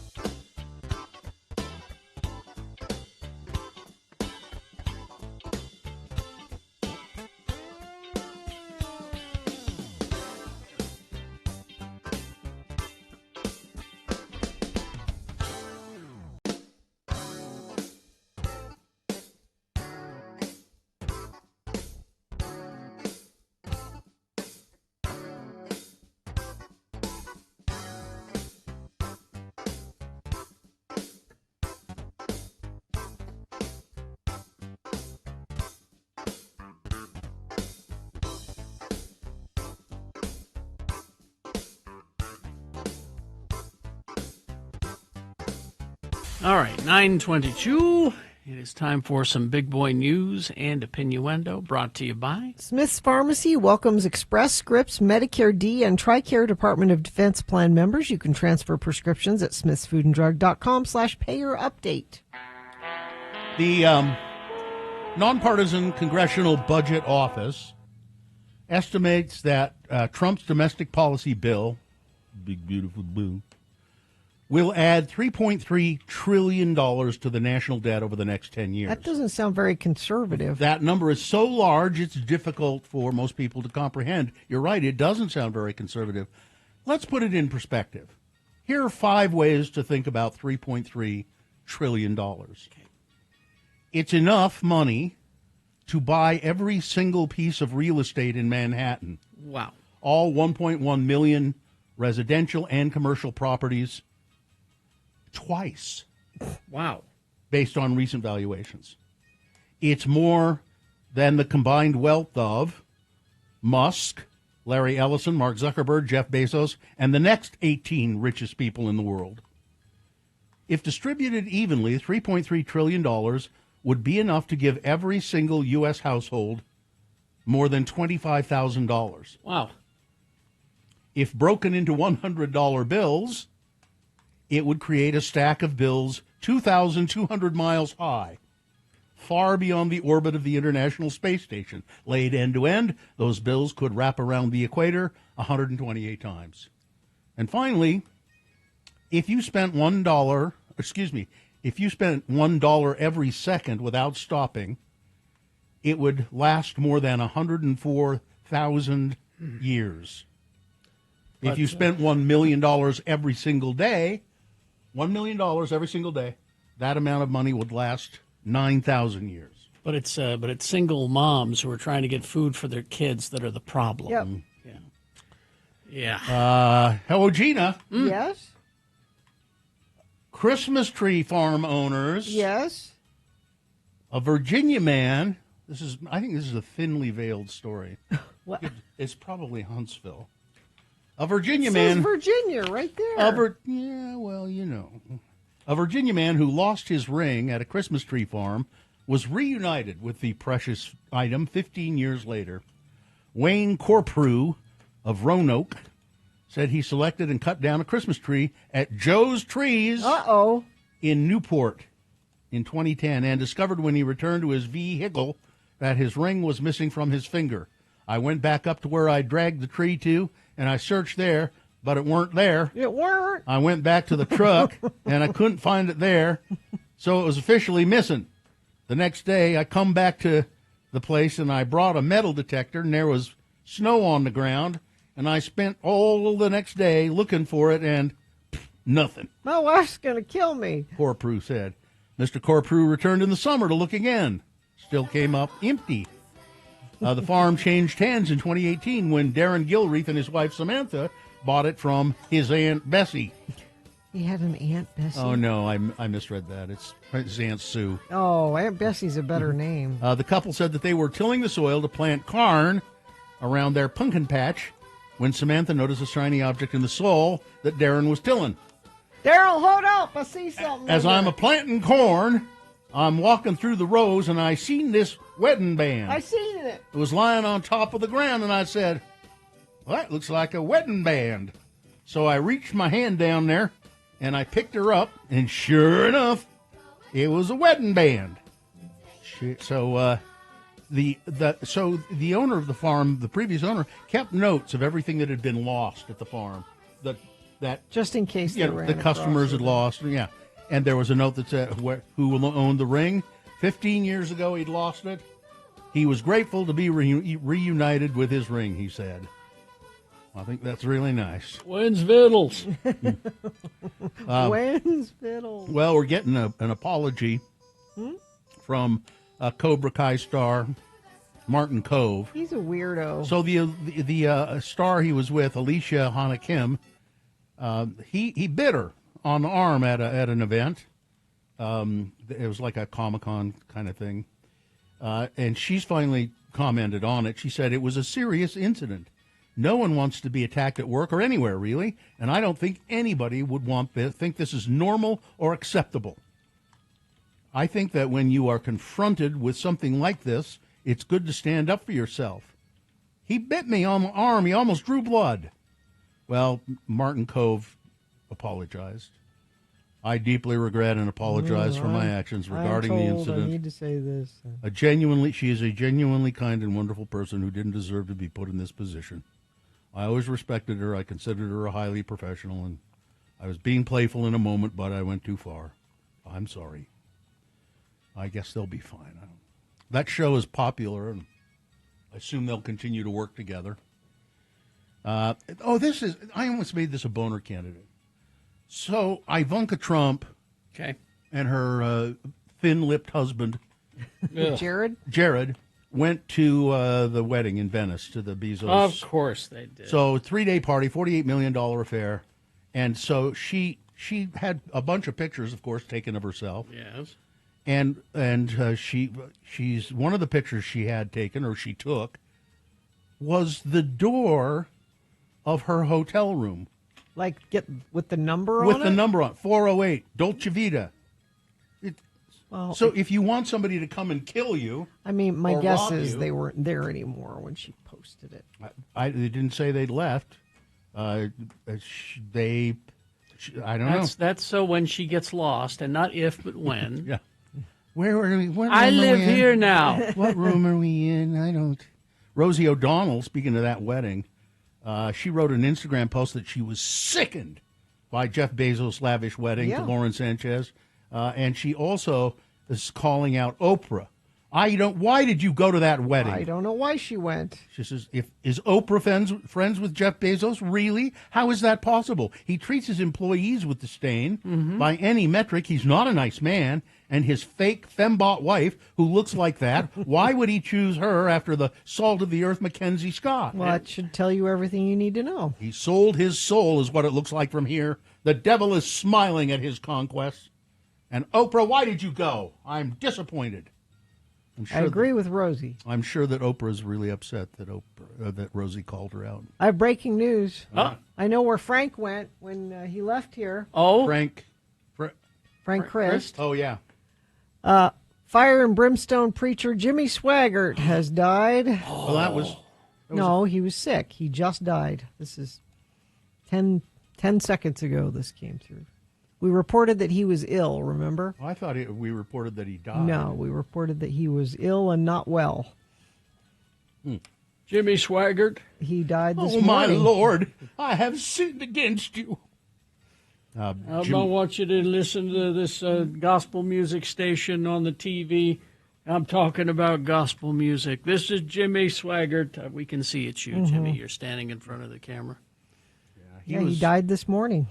He was, I came across him years and years ago on TV, and I started watching his revival shows because he was wildly entertaining, and he was an excellent showman. This says, in his physical prime, Mr. Swaggart strode the stage like a bear, his voice thundering with emotion, dropping to a near whisper, and then rising again, sometimes in accompaniment of tears, his own, as well as those of his followers. He spoke of his love of God and his disdain for the devil. Satan, you're in for a whipping, was a typical Swaggart warm-up. And the first thing he heard after he died was, "Welcome to hell." Satan may have sometimes won around, but in October 1987, Mr. Swaggart was photographed entering a hot sheet New Orleans motel with a woman. My Lord. In a later television interview, the woman said that she and Mr. Swaggart had several encounters, describing them as pornographic. And he got he apologized, and his congregation let him back. And then he got caught doing it again. Yep. You you guys are still looking? Oh. So get ready, everyone. He was Jerry Lee Lewis's cousin, and they were quite close.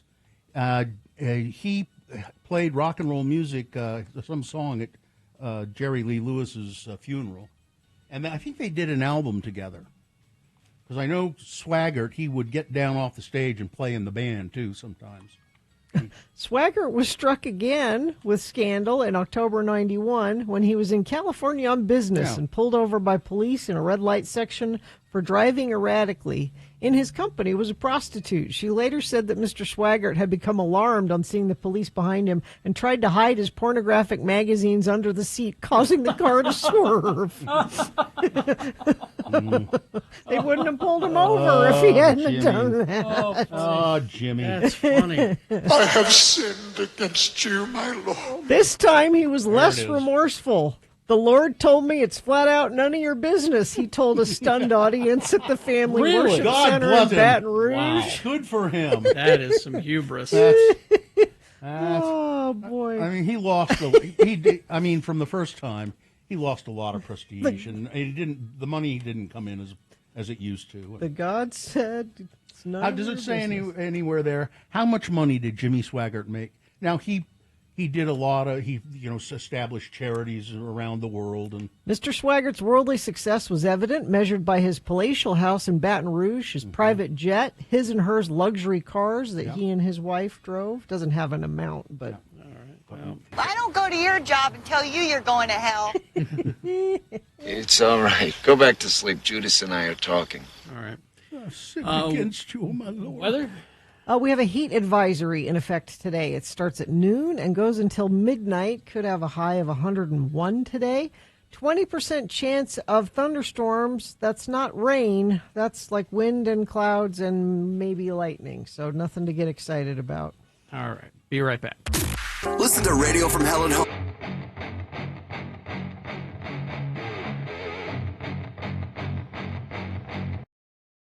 That it is estimated that what was it, yesterday? Yesterday was the 38-year anniversary of Radio from Hell. Really? Yesterday. Are you feeling that? Now, that's not when That's you not joined. me. That was No. when the whole format change at KJQ happened and all that. And all of a sudden, we were Radio from Hell on KJQ. On KJQ. 38. I worked at KJQ earlier than that, but I've been on this show for 27 years. 27 years. Or maybe 28 in May, I think. But And you measure things by births. by births. I measure things by how much it hurts. Because Festus will be 27 at his next birthday. That's how I figure it out. Oh. And I started with you guys before Festus was born. So. Oh, okay. But I worked at KJQ before that.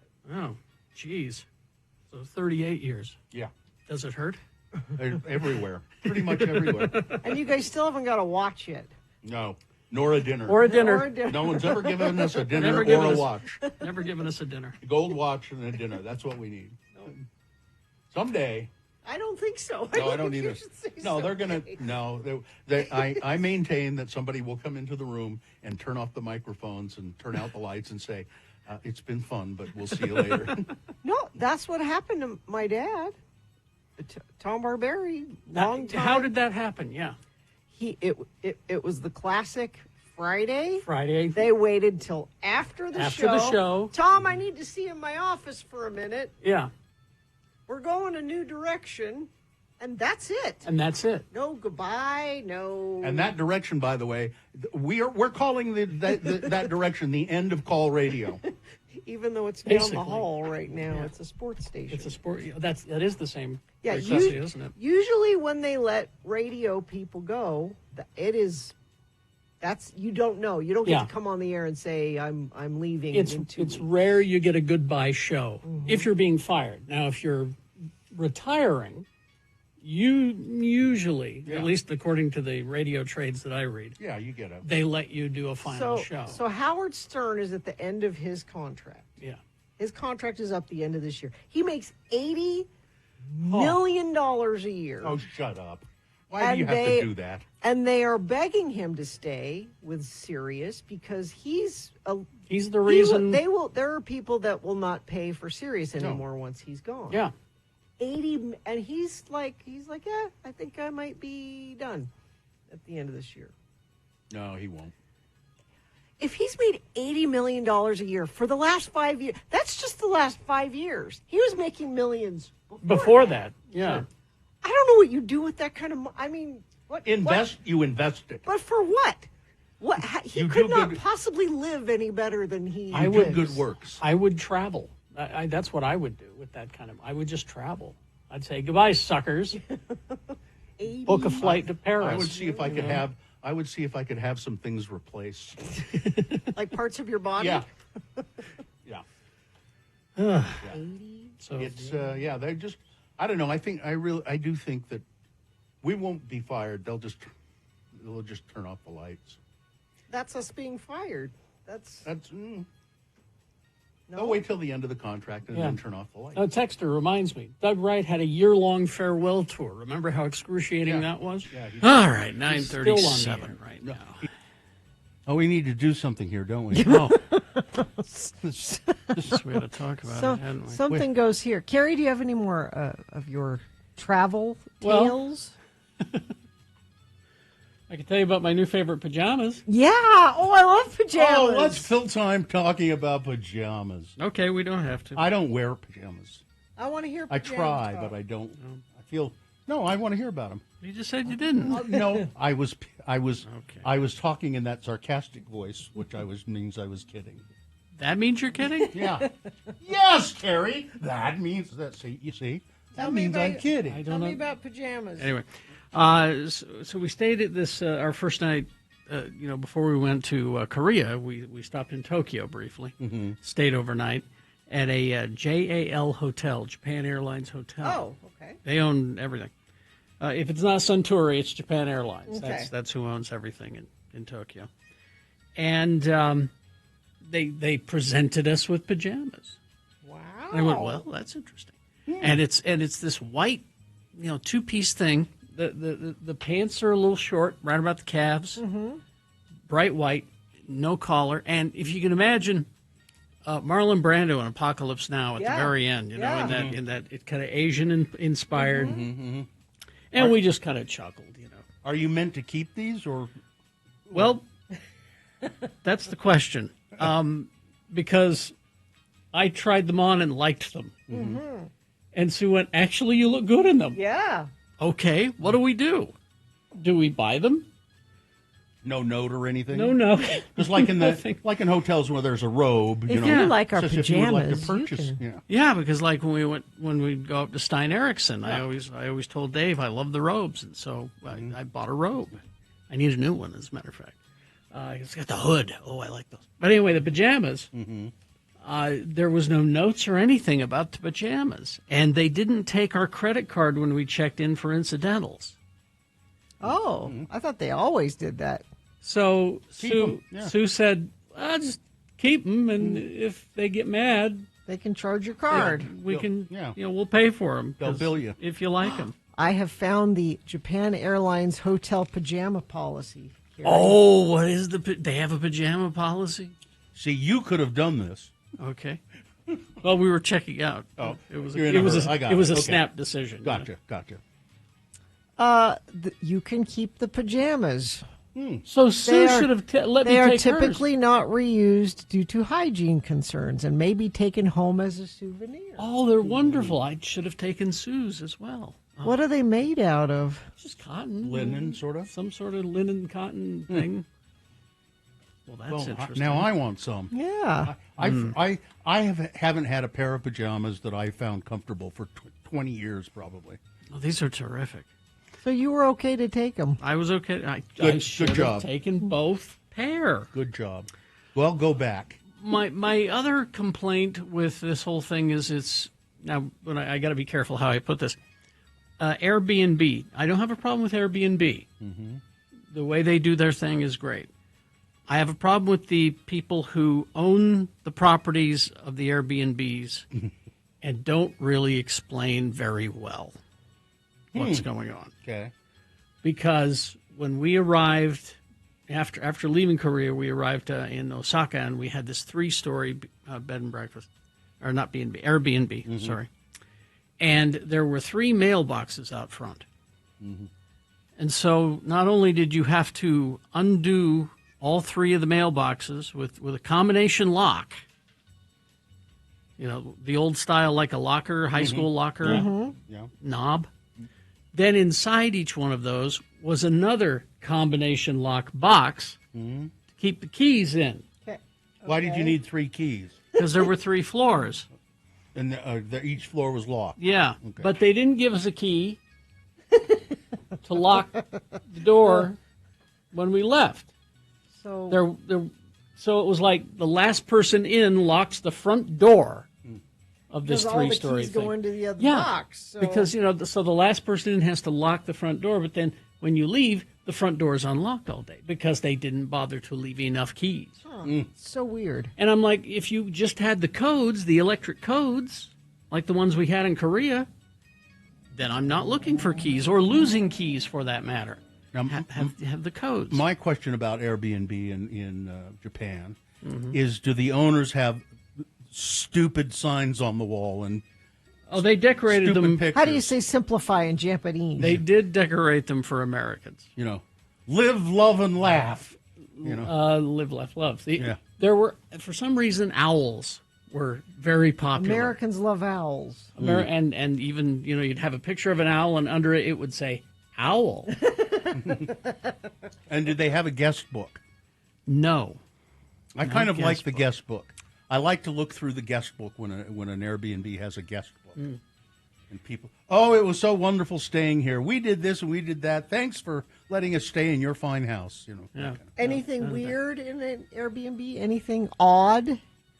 Not odd. Again, it's like they know you're coming. But the every toilet that we encountered, I don't know whether it's the plumbing system over there, in Japan and Korea. In the Airbnb, I mean, or just anywhere? Anywhere. Okay. It was like, don't flush too much toilet paper. Yeah. Well, that's why you do the bidet, so you don't have to. But you got to clean up. Yeah, and then they give you the toilet paper that once it even senses moisture nearby, it just kind of dissolves. Yeah. So there's rice paper. It's rice paper. It makes the cleanup very interesting after the bidet. But I do miss my bidet. I got to get a serious bidet. Oh, and then the other thing, you like regulations. Big fan of regulations. Narrow, steep, tiled, uneven stairs, 2 flights up, no regulations. That's dangerous at all, and not well lit either. I think we ought to. Gina likes regulations so much. We ought to have some regulations for you here, in the studio. And one of the nicer Airbnbs that we stayed at, they said that they had so many beds, and we thought we have enough beds for everybody. Well, a room doesn't become a bedroom because you put a bed in the corner and then have blinds up around it. Right. That's not a bedroom. Oh. Right. Your curtains do not There's a wall no make. privacy there. There's no privacy. So it's just these Airbnb owners. The company's fine. It's the Airbnb owners. Think about it. Think ahead. Anyway. All right. I'll tell you more about the trip coming. Okay. Let's see. Let's take a break. We'll be back after some messages and a song. Stand by for that. Salt Lake Film Society. That's our friends at the Broadway Center Cinemas. See movies that see you on the big screen at Salt Lake Film Society's Broadway Center. Local donor-supported nonprofit cinema. They've got the best concession stand in town. And they do lots of different things there. They have first-run shows. They've got the 28 Years Later going there right now. I think that's where Bill went to see it. Yep. And then they do fun things like this. It's the Summer Showdown. It continues. Cult classic movies Friday and Saturday. This week's are But I'm a Cheerleader. But I'm a Cheerleader. And Hairspray from 1988. Go see both. Do a double feature one night or go Friday and go Saturday. See them both. The way they decide who the King of Summer is by how many tickets are sold for each of these films. I think Fantastic Mr. Fox is winning right now. Really? Yep. Wow, that's interesting. Didn't expect that. You can go to Salt Lake Film Society's Instagram page and it'll show you the leaderboard there. Get your tickets and movie listings at slfstix.org. All right, Artie, what are we going to do?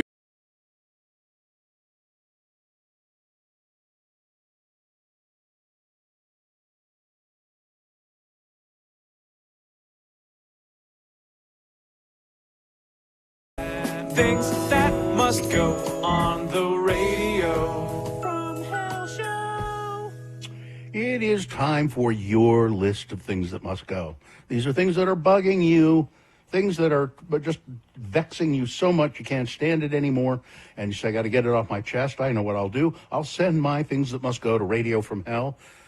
Put must go in the subject line, and send them to radiofromhell at x96.com. Maybe it'll make you feel better, and maybe if we read it on the air, these things will disappear from your life, hopefully. Let's see, Carrie, you want to go first today? Sure. A couple from the foot of Mount Doom. Just because it's a boxing match doesn't mean that you, as the announcer of the boxing match, in the stadium, have to announce everything the way Michael Buffer does. Let's get ready to rumble. Yes, I know that guy. Just announce it, all right? It's just the Olympics. You don't have to. And in this corner, Eric Lenscher from Genosha. You don't have to do that. Just announce it. We're fine. And also glass doors that are so heavily tinted to get into a business that you can't see if anyone is trying to get out as you are entering. And then the other must go is someone who is exiting the business that gets all pissy that you didn't know that they were trying to exit. You almost run into them. See, I can't see you. You can, however, see me. So you're the jerk, not me. So, all right. Let's see. Let's go to this one from Eric. Hello, all. Here are my HOA things that must go. Homeowners Association. Yeah. The landscapers that we have, they don't set up the watering system to be efficient. Some of the zones water during a hot afternoon. What's the point? When they mow, if there's any garbage in the grass, they just run it over with the mower instead of picking it up. And this magically turns one piece of garbage into many. Also, the garbage that ends up on the grass from the large dumpster in the apartment complex next door. Our HOA president says that they've tried calling, but only get a voicemail, and there's nothing else they can do. You could walk over there. Mm-hmm. Yeah, just a thought. This one from Jason. Feel free to use my name, but Bill isn't allowed to use the Chuck U reference, given my last name is Farley. How did he know? I don't know. Kerry must go because he missed the most obvious J.J. Abrams Beastie Boys reference. When? I gave a list of them. Okay. In Star Wars and Star Trek and all that. Mm-hmm. Star Wars character naming. He said there's the droid BB-8 from Star Wars Force Awakens, which BB is Beastie Boys, who also had 8 albums. BB-8. There you go. Look, I was just going from Wikipedia, okay? So why don't you get a hold of Wikipedia? Yeah. Wikipedia is pretty accurate, but it misses things. And this one from the IT guy, my must go, is the internet is always in an uproar attacking a filmmaker's choices before a project is finished, meaning the audience haven't seen the conclusion. From the Acolyte receiving nonstop complaints about breaking Star Wars canon, it doesn't, to RDJ returning as Dr. Doom. I feel like the internet learned the wrong lessons, and they think that if they complain loud enough, something will change. Mm-hmm. For every ledger, there may be a Leto, but please wait until we've seen the end of the show or movie. Chance to justify the choices made. Actors have a chance to show you what they can bring to the role. In short, let them cook before criticizing the recipe. Sure. The IT guy. I agree. Thank you. You want to go next, Nick? Sure. Okay, yeah, go, Nick. I mean, my personal must go is just all this traffic construction going on. I don't see the point to taking off the top of the road on 4th South and just kind of leaving it. Everybody's tires seems to get shredded. I know the bottom part of the road is probably more important, but I would hope that they put on that top soon. Yeah. Going to your must-goes, though, starting out with Dirty Cliff. Cool to use name. Hello, Lords. I hiked a trail I have hiked for 35 years, but managed to fall and hurt my back. So, getting old must go. Thank you, Dirty Cliff. This one from, I'm not going to say their name because they didn't say so. Two critical must go just goes today. All right. Bandage designs. They have sticky edges that rip off your scab when removed, necessitating one to clip off the sticky sides next to the pad area. Oh. If you are cut is, you need to learn how to spell, person. If your cut is larger than the bandages, so you must use 4 to cover it. The sticky sides are a major issue. Pop-up ads showing dirty toilets and how to clean them must go. Okay. Why am I tortured with these constantly? I've never done any search related to toilets, and it grosses me out every time they invade my visual space. Please make it stop. You know, listener, I get ads for water fountains all the time, like I'm a business, and need to provide that. Lastly from me, greetings, lords and lady. I'm assuming this was sent a while ago. Maybe not. Who knows? Things that must go. People who sneak in one last question right as a meeting is about to adjourn. Ever been on a long hike where you see the top of a hill only to find that there's a smaller, taller summit when you reach it? That's what it's like when someone drops one more question at the end of a meeting. Also, people who answer those last-minute questions right as a meeting is about to adjourn. Suggestion, if someone asks one last question right as a meeting is about to end, instruct them to take it offline or fire them. And lastly, broken HVAC systems. Oh, thank you. Yeah, well, thank you very much for that. That's it for me. All right, I have one of my own, must go. These articles pop up every few months or so. Why are people not having children? And we'll have a bunch of articles about it. Why aren't they having children? No, well, there's this, and then they disappear for a while. And then they'll pop up They again. come back, yep. Yeah, people, and it's because the establishment, they're worried about working capital. They're worried about the fact that there are not going to be enough people to do menial jobs, and that's why there are all these articles about why are people not having children.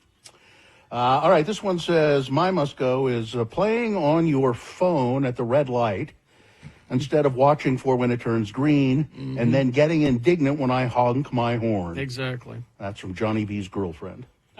This one says, good morning, Radio from Hell. I'm going to have to leave some of this out because I don't know who some of these people are, and I'm a little unsure, a little uncertain as to whether I should say names on the air.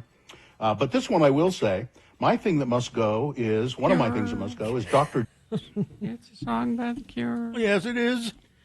All right. Let's see. Okay.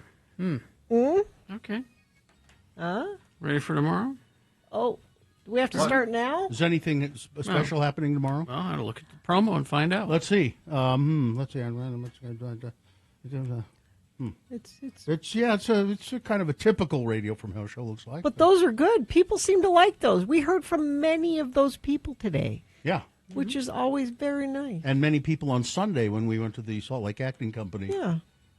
Lots of nice people who seem to be very grateful and happy about what we do. I wish they were as excited about us as the people who work here were. You know? Yeah, it'd be nice. Be nice. Yeah. All right, let's take, let's promo. There we go. Radio from Hell wants to make your life better with things that must go. Email us your troubles, radiofromhell@x96.com. We'll make them go away just by reading them on the air. We'll also help you with your pet troubles. Dr. Josh Davis, veterinarian, will be here to answer your questions. And the everyday distractions of Boner of the Day, Beat Gina, and News with Innuendo. Radio from Hell at your service, Wednesday morning here on X96. Radio from Hell at your cervix. I don't have that anymore. Is that part of what goes away? Mm-hmm. When you reach a certain age, it melts? No, I had a hysterectomy. Oh, they take your cervix out. No cervix here. No more pap smears needed. I would never say to you, at your cervix, ma'am. I would never say that to anybody. I hope not. Wait a minute. It just melts? Well, I thought you turn to get a certain age and it melts. Are you getting a job at the legislature? Isn't that what happens? All right. Fine job as always, Katie. Live long and prosper, bitches. Don't you know who I am? So much croissant content today. It was Amen. croissant heavy. I'm not a gynecologist, that's for sure.